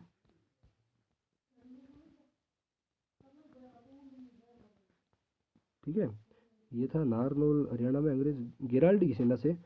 ये क्या है कि नारनौल हरियाणा में ये तीनों अशोक के शिव सिंह थे, गुलर के बिशन सिंह थे, अल्ले निवास के अजीत सिंह थे। ये जो थे ये नारनौल में गिराल्डी की सेना से, ठीक है ना, ये जो गिराल्डी थे अंग्रेजी अफसर गिराल्डी की सेना से हार गए थे, ठीक है ना। गिराल्डी जीत गए, ये नारनौल में बाकी हार गए थे। और साथ साथ में अभी मैं आपको थोड़ा सा और बता दूं कि क्या क्या हुआ था कि अमरचंद जो भाटिया थे, अमरचंद भाटिया, मैंने आपको इसमें तांतिया टोपे का जिक्र नहीं किया था, थोड़ा सा तांतिया टोपे का भी जिक्र हम करेंगे, उसमें भी कर लेंगे। वैसे जनरली आपको बता दूं अमरचंद जो भाटिया थे हाँ, एक चीज़ मैं और बता दूं, मैं 1800 क्रांति के अंदर विद्रोहियों ने राजपूत की 6 रियासतों पर अधिकार किया था। 1800 क्रांति के जो विद्रोही थे, 1800 क्रांति के छह रियासतों पर अधिकार किया था विद्रोहियों ने। कौन सी थी? भरतपुर, धौलपुर, भरतपुर, धौलपुर, कोटा, टोंक, झालावाड़ और बांसवाड़ा, ठीक है। ये थे भरतपुर, धौलपुर, कोटा, टोंक, झालावाड़ और बांसवाड़ा, ये 6 ऐसे थे। बताया जाता है कि बीकानेर के जो सरदार सिंह है, इन्होंने राज्य से बाहर जाकर बाड़लू नामक स्थान पर, ये मतलब इन्होंने अंग्रेजों की सहायता की थी। और बीकानेर के थे सरदार सिंह।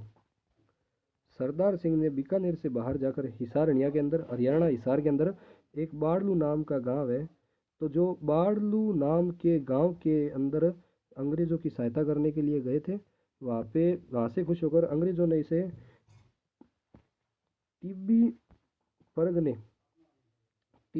के 41 गांव, 41 जो गांव थे, टिब्बी परगने के 41 गांव इन्हें गिफ्ट में दिए थे, ठीक है ना। खुश होकर उनको दिए थे अंग्रेजों ने, टिब्बी परगने के 41 गांव दिए थे। अमरचंद भाटिया का नाम सुना होगा आपने। तो अमरचंद भाटिया जो थे, ग्वालियर में झांसी की रानी की सहायता के लिए की थी इन्होंने, पैसे से सहायता की थी। तो ग्वालियर ये बाद में गए थे, पहले ही ये अपने बीकानेर गए थे अमरचंद भाटिया, ठीक है ना। जो तांत्या टोपे को सारी संपत्ति ये दे देते हैं। क्रांति के भामाशाह कहते हैं इनको, क्रांति का भामाशाह कहते हैं इसको। ग्वालियर में इनको फांसी दी गई थी क्योंकि ग्वालियर गए थे बीकानेर से। और 1857 की क्रांति के प्रथम शहीद के रूप में इनका नाम लिया जाता है, ठीक है ना। 1857 की क्रांति के प्रथम शहीद के रूप में इनका नाम लिया जाता है, ये मैं आपको बता दूं। अभी डूंग जी और जवार जी की। डूंग जी और जवार जी सीकर के बाठोट और पाटोदा गांव के जमींदार थे। सीकर के अंदर गांव पड़ता है बाठोट, सीकर के अंदर गांव है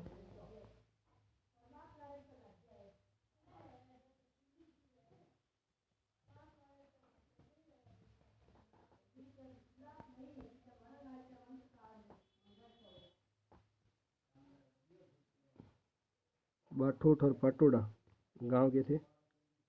शेखावटी ब्रिगेड में फौजी रहे। डूंग जी जवार जी जो थे वो शेखावटी ब्रिगेड में फौजी भी रहे। अमीरों को धन लूट कर गरीबों में बांटते थे ये। इनके सहयोगी थे लोहट जी जाट और करना मीणा, ठीक है। लोहट जी जाट और करना मीणा।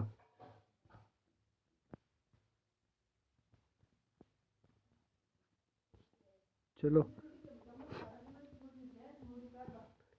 बांकी दास आसिया जोधपुर शासक मान सिंह के दरबारी कवि थे। बांकी दास का नाम सुना है ना, बांकी दास का नाम।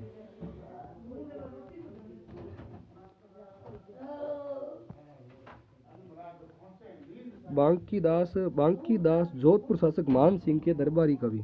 बांकी दास कौन थे? तो जोधपुर के शासक जो थे उनके मान सिंह, जोधपुर के मान सिंह के दरबारी कवि थे बांकी दास, ये ध्यान रखना।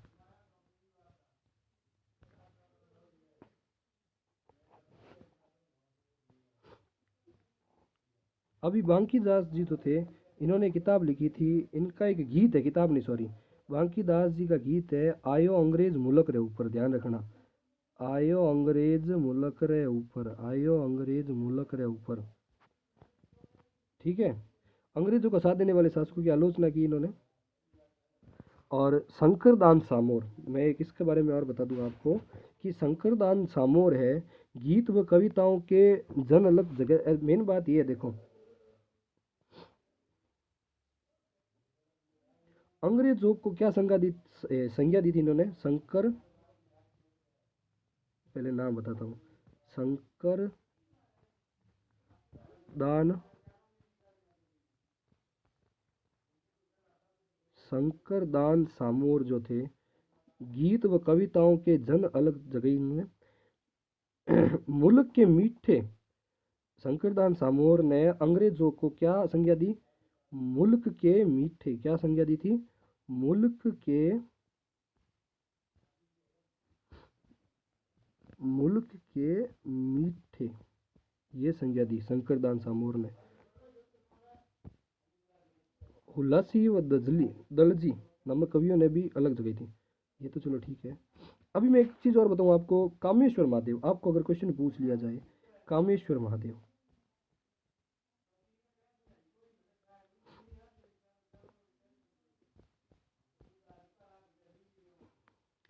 कामेश्वर महादेव मंदिर,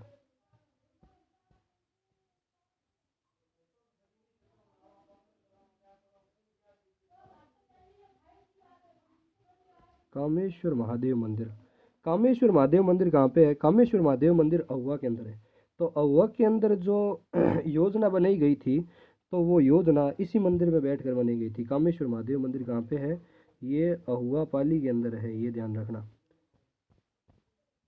ठीक है ना, ये अहुआ पाली में, अहुआ पाली के अंदर है, ठीक है ना, ये हो गई। क्रांति के समय विद्रोह का मुख्य केंद्र रहा, क्रांति के समय विद्रोह का मुख्य केंद्र मैंने आपको बता दिया, ये हो गया। अभी क्रांति की असफलता के क्या कारण थे वो बता देता हूँ थोड़ा सा। राजा द्वारा अंग्रेजों का साथ देना, पहला तो वो था। इसमें कोई योग्य नेतृत्व भी नहीं था, मतलब इनका जो क्या नाम बोलते हैं अपने गांधी जी की भाषा में, कि इनका कोई साध्य, इनका मतलब कोई लक्ष्य नहीं था, ठीक है ना। ये ऐसा सोचते थे कि अगर हम जीत गए, अंग्रेजों को निकाल दिया, तो वापस मुगलिया सल्तनत, तो वापस जो पुरानी वाली है वही लेके आ जाएंगे, आगे क्या करना है ये इनको कुछ नहीं पता था। और उसके बाद में इनके पास पैसे, इनके पास खाने, हथियार, सब चीज़ की एक कमी भी थी। और एक क्या है कि अलग अलग स्थान पर क्रांति का होना, अगर यहाँ पे हुई है, दूसरी यहाँ पे, तीसरी यहाँ पे, चौथी यहाँ पे, पांचवी यहाँ पे, छठी यहाँ पे, मतलब अलग अलग स्थान पर क्रांति होना एक साथ। मतलब अलग अलग स्थान का मतलब ये नहीं है यहाँ पे पहले हो गई, यहाँ पे बाद में हो गई, फिर यहाँ पे इसके बाद में हुई, यहाँ पे बाद में हुई, टूटवा क्रांति हुई है। अगर एक ही साथ में अलग अलग जगह पे क्रांति होती तो फिर भी थोड़ा सा प्रभाव पड़ता, पर ये अलग अलग जगह पे अलग अलग समय में क्रांति हुई है, ठीक है।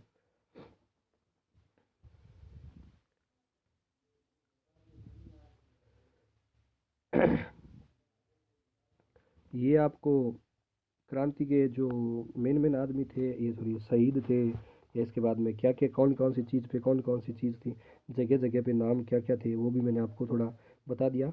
एक कथन बता देता हूँ, ये प्रश्न आपको पूछ सकते हैं, थोड़ा ध्यान रखना। अगर ये क्वेश्चन पूछ ले तो ये क्वेश्चन आपको तो आएंगे ही, ठीक है। अभी क्या है कि कैनिंग ने क्या बोला, देखो लॉर्ड कैनिंग के कथन क्या है, सबसे पहले तो बात ये है, तो कैनिंग के क्या कथन है देखिए।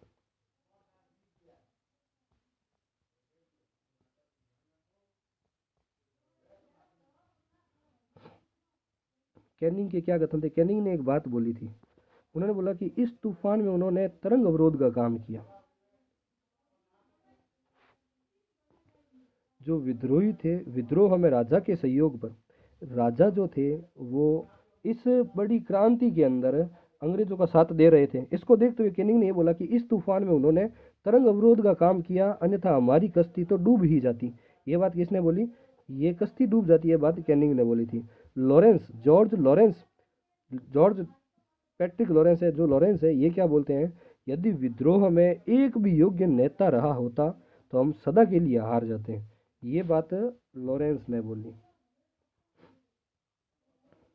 ठीक है, ये बात लॉरेंस ने बोली थी, ठीक है। अब प्रिचार्ड मैंने आपको बताया था, ठीक है, लॉरेंस की बात हो गई। अभी मेजर प्रिचार्ड है, म्यूटिनीज इन राजपूताना किताब लिखता है। मेजर प्रिचार्ड ये किताब है जिसका नाम है म्यूटिनीज इन राजपूताना, ठीक है ना, प्रिचार्ड की किताब है।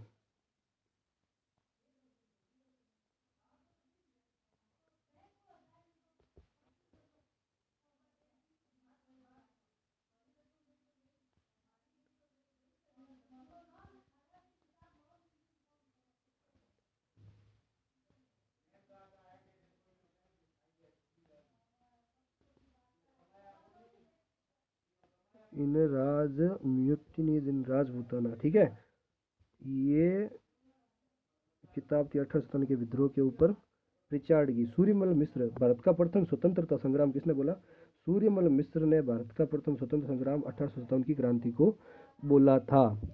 अब देखो एक कोटेशन और है यदुनाथ सरकार का, किसका है? ठीक है,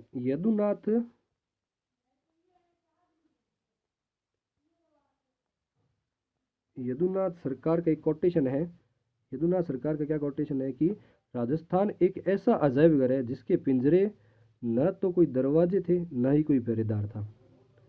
अभी ये बात किसने बोली? ये बात बोली थी यदुनाथ सरकार ने कि राजस्थान एक ऐसा अजायब घर है, ठीक है ना, ऐसा अजायब घर है, ऐसा अजायब घर है जिसके जो पिंजरे हैं उसके ना तो कोई दरवाजा है और ना ही कोई पहरेदार है, ठीक है ना। ये बात मैंने आपको बता दी। अभी साथ में ही बताऊं या फिर अगले वीडियो में एक और वीडियो हुए उसमें बताऊं? चलो 1 मिनट, मैं ऐसा सोच रहा हूँ कि इसी वीडियो के अंदर आपको सारा का सारा मैटर खत्म कर देता हूँ, क्योंकि अगला जनजातीय आंदोलन विद्रोह करेंगे उससे पहले। तात्या टोपे, तात्या टोपे, इसका बचपन का नाम या असली नाम क्या था तात्या टोपे का? तो रामचंद्र पांडुरंग था, ठीक है ना, रामचंद्र पांडुरंग नाम था। तात्या टोपे का असली नाम का क्या था? रामचंद्र पांडुरंग।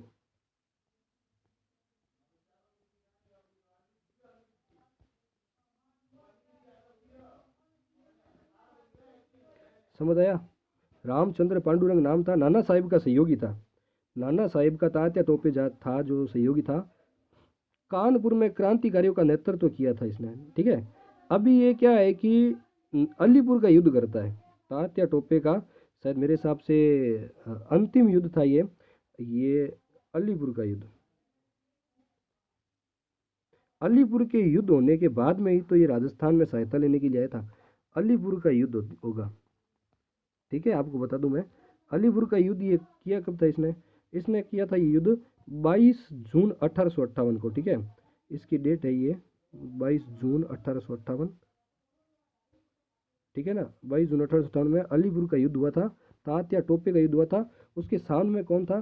तात्या टोपे के सामने के अंदर था नेपियर, चार्ल्स नेपियर, ठीक है, चार्ल्स नेपियर।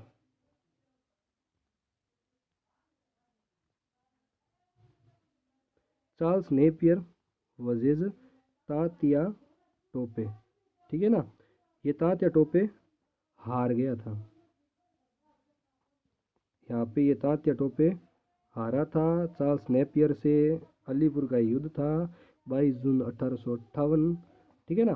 सैनिक सहायता की आशा से ये राजस्थान में आया था, इसी रीजन से ये राजस्थान में था, ठीक है ना। तो सबसे पहले कहाँ पे आया था, क्वेश्चन तो ये है। तो 8 अगस्त 8 अगस्त 1858 में, 8 अगस्त 1858 में सबसे पहले तात्या टोपे कहाँ पे आया था? यह आया था मांडलगढ़। मांडलगढ़ होते हुए भीलवाड़ा पहुंचा था ये तात्या टोपे। मांडलगढ़ होते हुए ये भीलवाड़ा पहुंचा।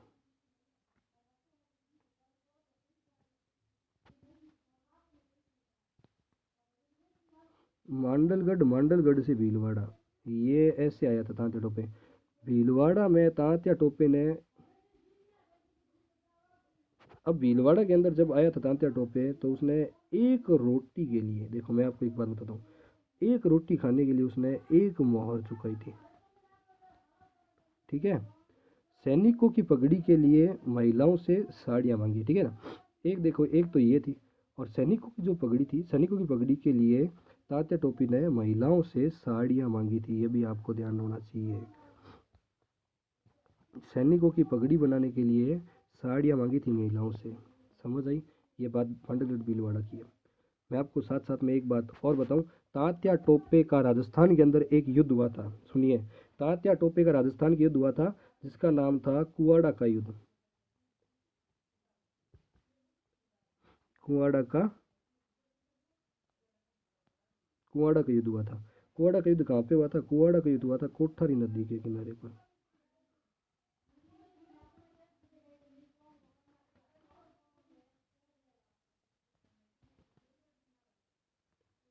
कोठारी नदी के किनारे कुआड़ा का युद्ध हुआ था। कुआड़ा का युद्ध हुआ कब था? कुआड़ा का युद्ध हुआ था अपने 9 अगस्त को। 8 अगस्त को ये आए थे तात्या टोपे, और 9 अगस्त,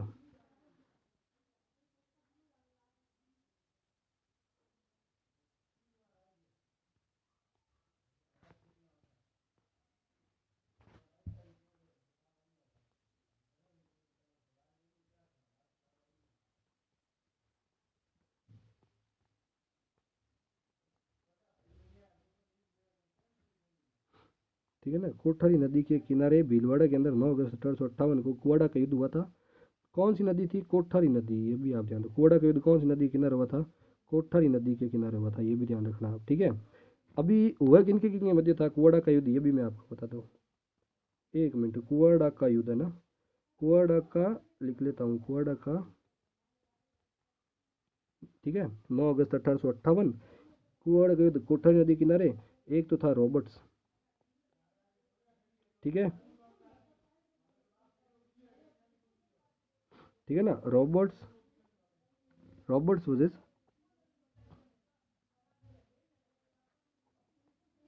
रॉबर्ट्स। टोपे हार गया था इसमें, ठीक है। फिर कोठारिया पहुंचा ये टोपे। रॉबर्ट्स यहाँ पे जीत गया, यहाँ पे कुआड़ा के युद्ध के अंदर तात्या टोपे हार गया था। जब कोठारिया पहुंचा तो कोठारिया में जोध सिंह ने टोपे की सहायता की थी। कोठारिया के जोध सिंह ने,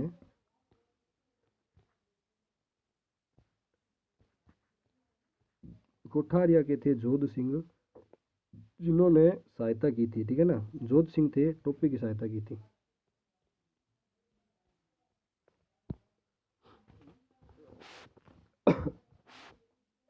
तात्या टोपे ने क्या किया था मैं आपको बताता हूँ।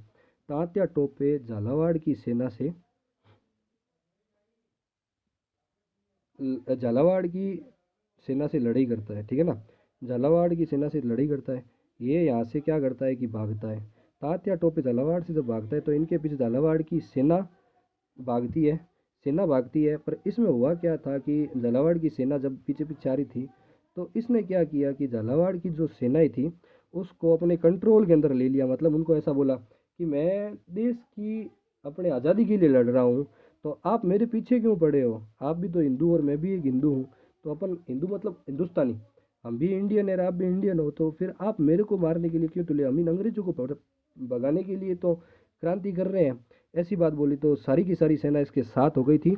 सिर्फ एक सेना ऐसी थी जो इसके साथ नहीं थी। इसको सारी सेनाओं ने इकट्ठा होके तात्या तोपे के साथ में होके फिर इसको मार दिया था। वो सेना कौन सी थी? वो थी गोपाल पलटन। क्या नाम था उसका?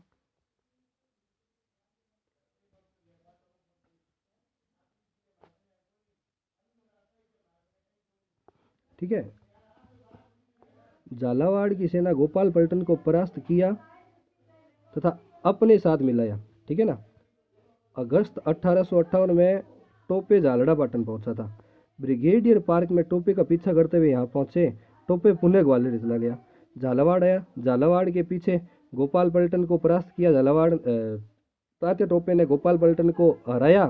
फिर वहां से अगस्त 1858 में टोपे झालावाड़ पहुंचा था। वहां से निकलकर ब्रिगेडियर पार्क टोपे का पीछा करते हुए यहाँ पहुंचा। टोपे ग्वालियर चला गया। दिसंबर 1858 टोपे ने दूसरी बार राजस्थान में प्रवेश किया था। ये पहली पहली बार तो हो चुका था, दूसरी बार 1858।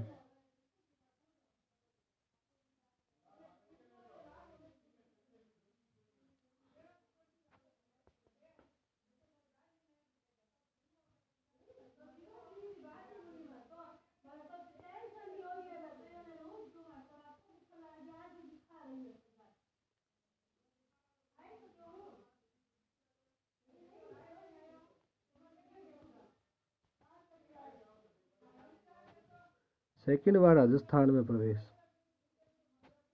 तात्या टोपे सेकंड बार राजस्थान में प्रवेश कब करता है? दिसंबर 1858 में करता है। 11 दिसंबर 1858 टोपे ने बांसवाड़ा पर अधिकार किया। सबसे पहले प्रतापगढ़ में मेजर रॉक को परास्त किया था। मेजर रॉक आदमी था, उसे तात्या टोपे ने प्रतापगढ़ जो था, प्रतापगढ़ के अंदर परास्त किया था। किसे परास्त किया था?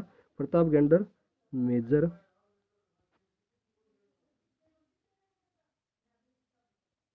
रॉक को परास्त किया। यहाँ से टोपे सलूम्बर व भिंडर होता हुआ बांदा नवाब के साथ जनवरी 1959 में टोंक पहुंचा। ठीक है, ये तो चलो बात हो गई खत्म। अमीरगढ़ का युद्ध, एक अमीरगढ़ का युद्ध और है। देखो मैंने आपको बताया था अमीरगढ़ का युद्ध होगा। अब एक अमीरगढ़ का युद्ध,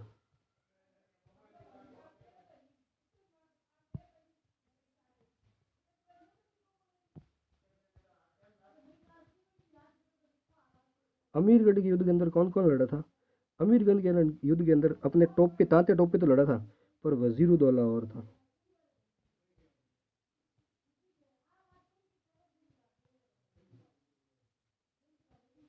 वजीरुद्दौला के साथ में तात्या टोपे लड़ा था। ठीक है ना। वजीरुद्दौला को नजरबंद कर लिया था किले के अंदर। ठीक है, टोपे के तोप खाने पर अधिकार करके शासन की घोषणा की थी। समझ आया कथा?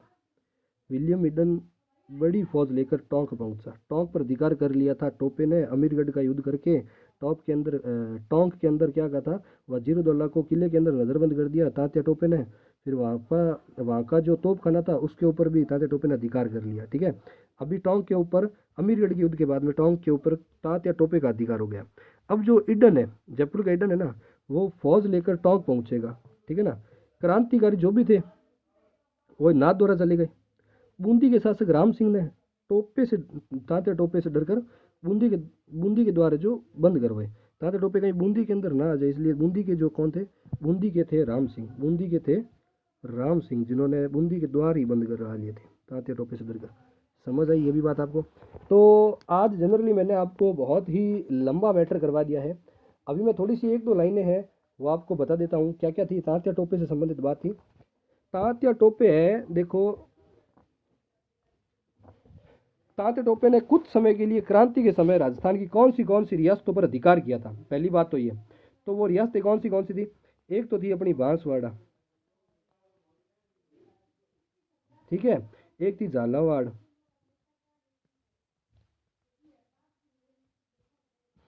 और एक थी टोंक। ठीक है, जैसलमेर रियासत के अलावा अभी देखो एक बात और बताऊं, 3 जगह पे तो तात्या टोपे ने अधिकार भी किए थे, वापस भाग भी गया था। जैसलमेर जो रियासत थी, जैसलमेर के अलावा, जैसलमेर को छोड़कर राजस्थान में तात्या टोपे प्रत्येक जगह पे था। तात्या टोपे बीकानेर के अंदर भी आया था। बीकानेर के सरदार सिंह के पास भी तात्या टोपे आया था। सरदार सिंह ने, बीकानेर के सरदार सिंह ने, मैं एक बात बताऊं आपको, बीकानेर के जो सरदार सिंह थे उन्होंने तात्या टोपे को 10 घुड़सवार दिए थे, ये सहायता की थी। एक मजेदार बात और, झालावाड़ के जो पृथ्वी सिंह थे, इन्होंने झांसी की रानी लक्ष्मीबाई को 3 दिन तक अपने यहाँ पर रखा था। ठीक है, कर्नल होम्स ने सीकर के पास टोपे को सेना टोपे की सेना को हराया था। मैं बताता हूँ, कर्नल होम्स जो था, होम्स ने क्या किया था? होम्स ने सीकर के पास, ठीक है, होम्स ने सीकर के पास तात्या टोपे की सेना को हराया था। फिर इस सेना को छुड़ाया किसने था? बीकानेर के सरदार सिंह ने हमारे। ठीक है, बीकानेर के सरदार सिंह ने वापस इस सेना को छुड़ाया था।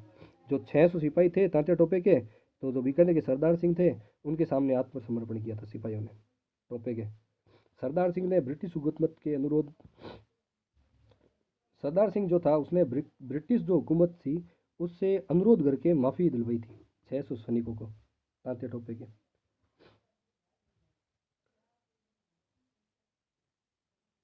टोपे जो था वो अंतिम समय में कोटा के पास पिरोन के जंगलों में भटकता रहा था। ठीक है ना, टोपे जो था वो कोटा के पास पिरोन के जंगलों में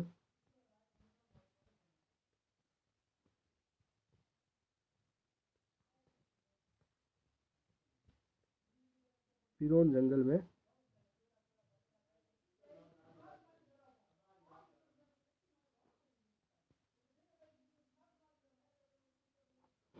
भटकता रहा था, फिरौन के जंगल में भटकता रहा था तात्या टोपे अंतिम समय में। तो लास्ट में तात्या टोपे क्या हुआ, फिरौन के जंगल से निकलता है, फिर वहाँ से वो क्या पे जाता है, मध्य प्रदेश में नरवर के जंगल है, ठीक है ना। कौन से, नरवर के जंगल है, ठीक है ना, मध्य प्रदेश में। जंगल नहीं है, सॉरी, नरवर है ना, नरवर एक स्थान है, सॉरी, नरवर जागीरदार है, सॉरी, नरवर का कौन है, नरवर का जागीरदार ये तात्या टोपे का दोस्त ही था। नरवर का जागीरदार था, तात्या टोपे का दोस्त था, जिसका नाम था मान सिंह नारुका। ये मान सिंह नारुका, मान सिंह नारुका, मान सिंह नारुका के पास शरण ली थी इसने।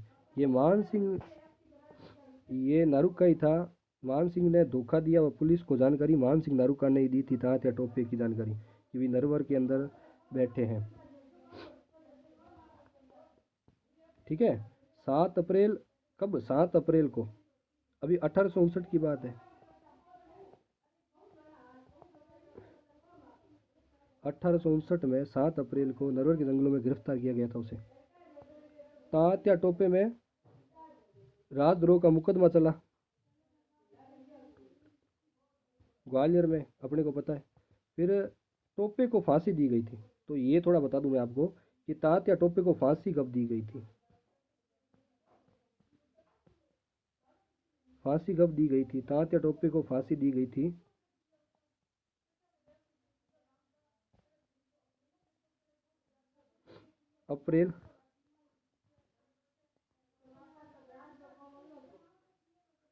18 अप्रैल 1859 को तात्या टोपे को फांसी दी गई थी। समझ आई कथा। 18 अप्रैल 1859 को तात्या टोपे को फांसी कहाँ पे दी गई थी, तो सिपरी नामक स्थान पर, ये ध्यान रखना है अपने को, सिपरी नामक स्थान पर तात्या टोपे को फांसी दी गई थी 18 अप्रैल 1859 को। ये थोड़ा ध्यान रखना। अब फांसी पर कैप्टन सावर्स ने क्या बोला था, ये ध्यान रखना। जब तात्या टोपे को फांसी दी गई थी उस समय सावर्स का क्या कथन था, मैं आपको ये बताता हूँ। कैप्टन सावर्स का क्या कथन है ये बताता हूँ मैं आपको। देखिए, इतिहास में, ये कैप्टन सावर्स के कथन है, इतिहास में टोपे को फांसी देना ब्रिटिश हुकूमत का अपराध समझा जाएगा। आने वाली पीढ़ियां पूछेगी इस सजा के लिए किसने स्वीकृति दी और किसने पुष्टि की, ये भी बताइए आप। ये ऐसा क्वेश्चन पूछा जाए अगर, तो आने वाली जो ये इतिहास में टोपे की फांसी की सजा, फांसी देना टोपे को ब्रिटिश हुकूमत का अपराधी माना जाएगा, समझा जाएगा। ये बात सावर्स ने बोली थी, ध्यान रखना। तात्या टोपे ने कौन से, क्वेश्चन देखो ऐसा आएगा अगर, कि तात्या टोपे ने कौन सी रियासत के राजा को पत्र भेजा था, ये ध्यान रखना आपने। टोपे ने कौन सी रियासत के राजा को पत्र भी भेजा था, थोड़ा ये ध्यान रखना। तो कौन सी रियासत के राजा को पत्र भेजा था, जयपुर रियासत, जयपुर रियासत के राजा को तात्या टोपे ने पत्र भेजा था, थोड़ा ध्यान रखना क्वेश्चन आए तो। जब वो पत्र जयपुर रियासत के राजा को भेजा तो वो पत्र उस राजा ने अंग्रेजों को दे दिया था, ध्यान रखना। अभी तात्या टोपे की छतरी कहाँ पे बनी हुई है, ये क्वेश्चन तो आपको आते होगा कि जो टोपे की छतरी है, तात्या टोपे की जो छतरी है ये कहाँ पे बनी हुई है, तात्या टोपे की छतरी है जो सीकर में बनी हुई है। तात्या टोपे की छतरी है वो सीकर में बनी हुई है, ये ध्यान रखना, ठीक है।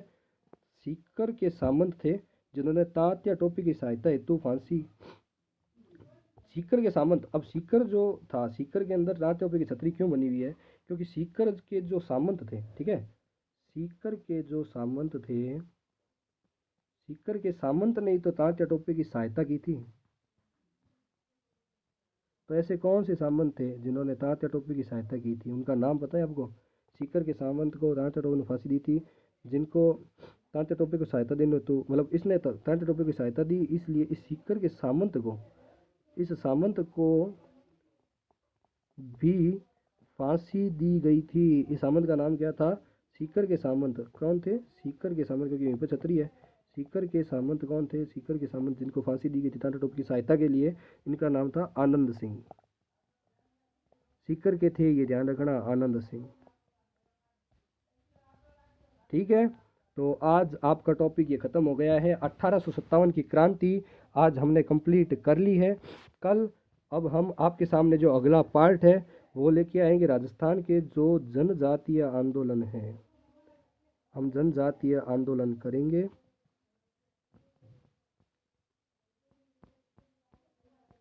जनजातीय आंदोलन अपना अगला होगा, जनजातीय आंदोलन व विद्रोह, ये अपना अगला टॉपिक होगा। ठीक है, तो लेट्स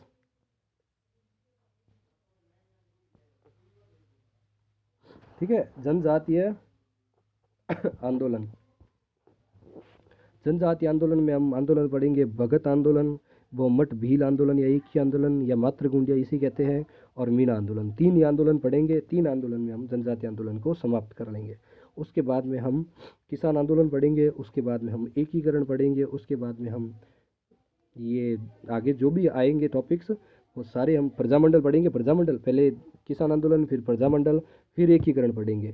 फिर उसके बाद में जो समितियाँ बनी हुई है वो सारी पढ़ेंगे। राजस्थान सेवा संघ कब बनी, कहाँ पे बनी, देश हितैषणी सभा, ये संप सभा तो चलो इसी में आ जाएगा जनजातीय आंदोलन में। मतलब और भी जो है वो सारा का सारा मैटर हम पढ़ेंगे। आज के लिए थैंक यू, धन्यवाद। चैनल को सब्सक्राइब करें, लाइक करें वीडियो को अगर आपको वीडियो पसंद आ रही है। Bye bye, take care.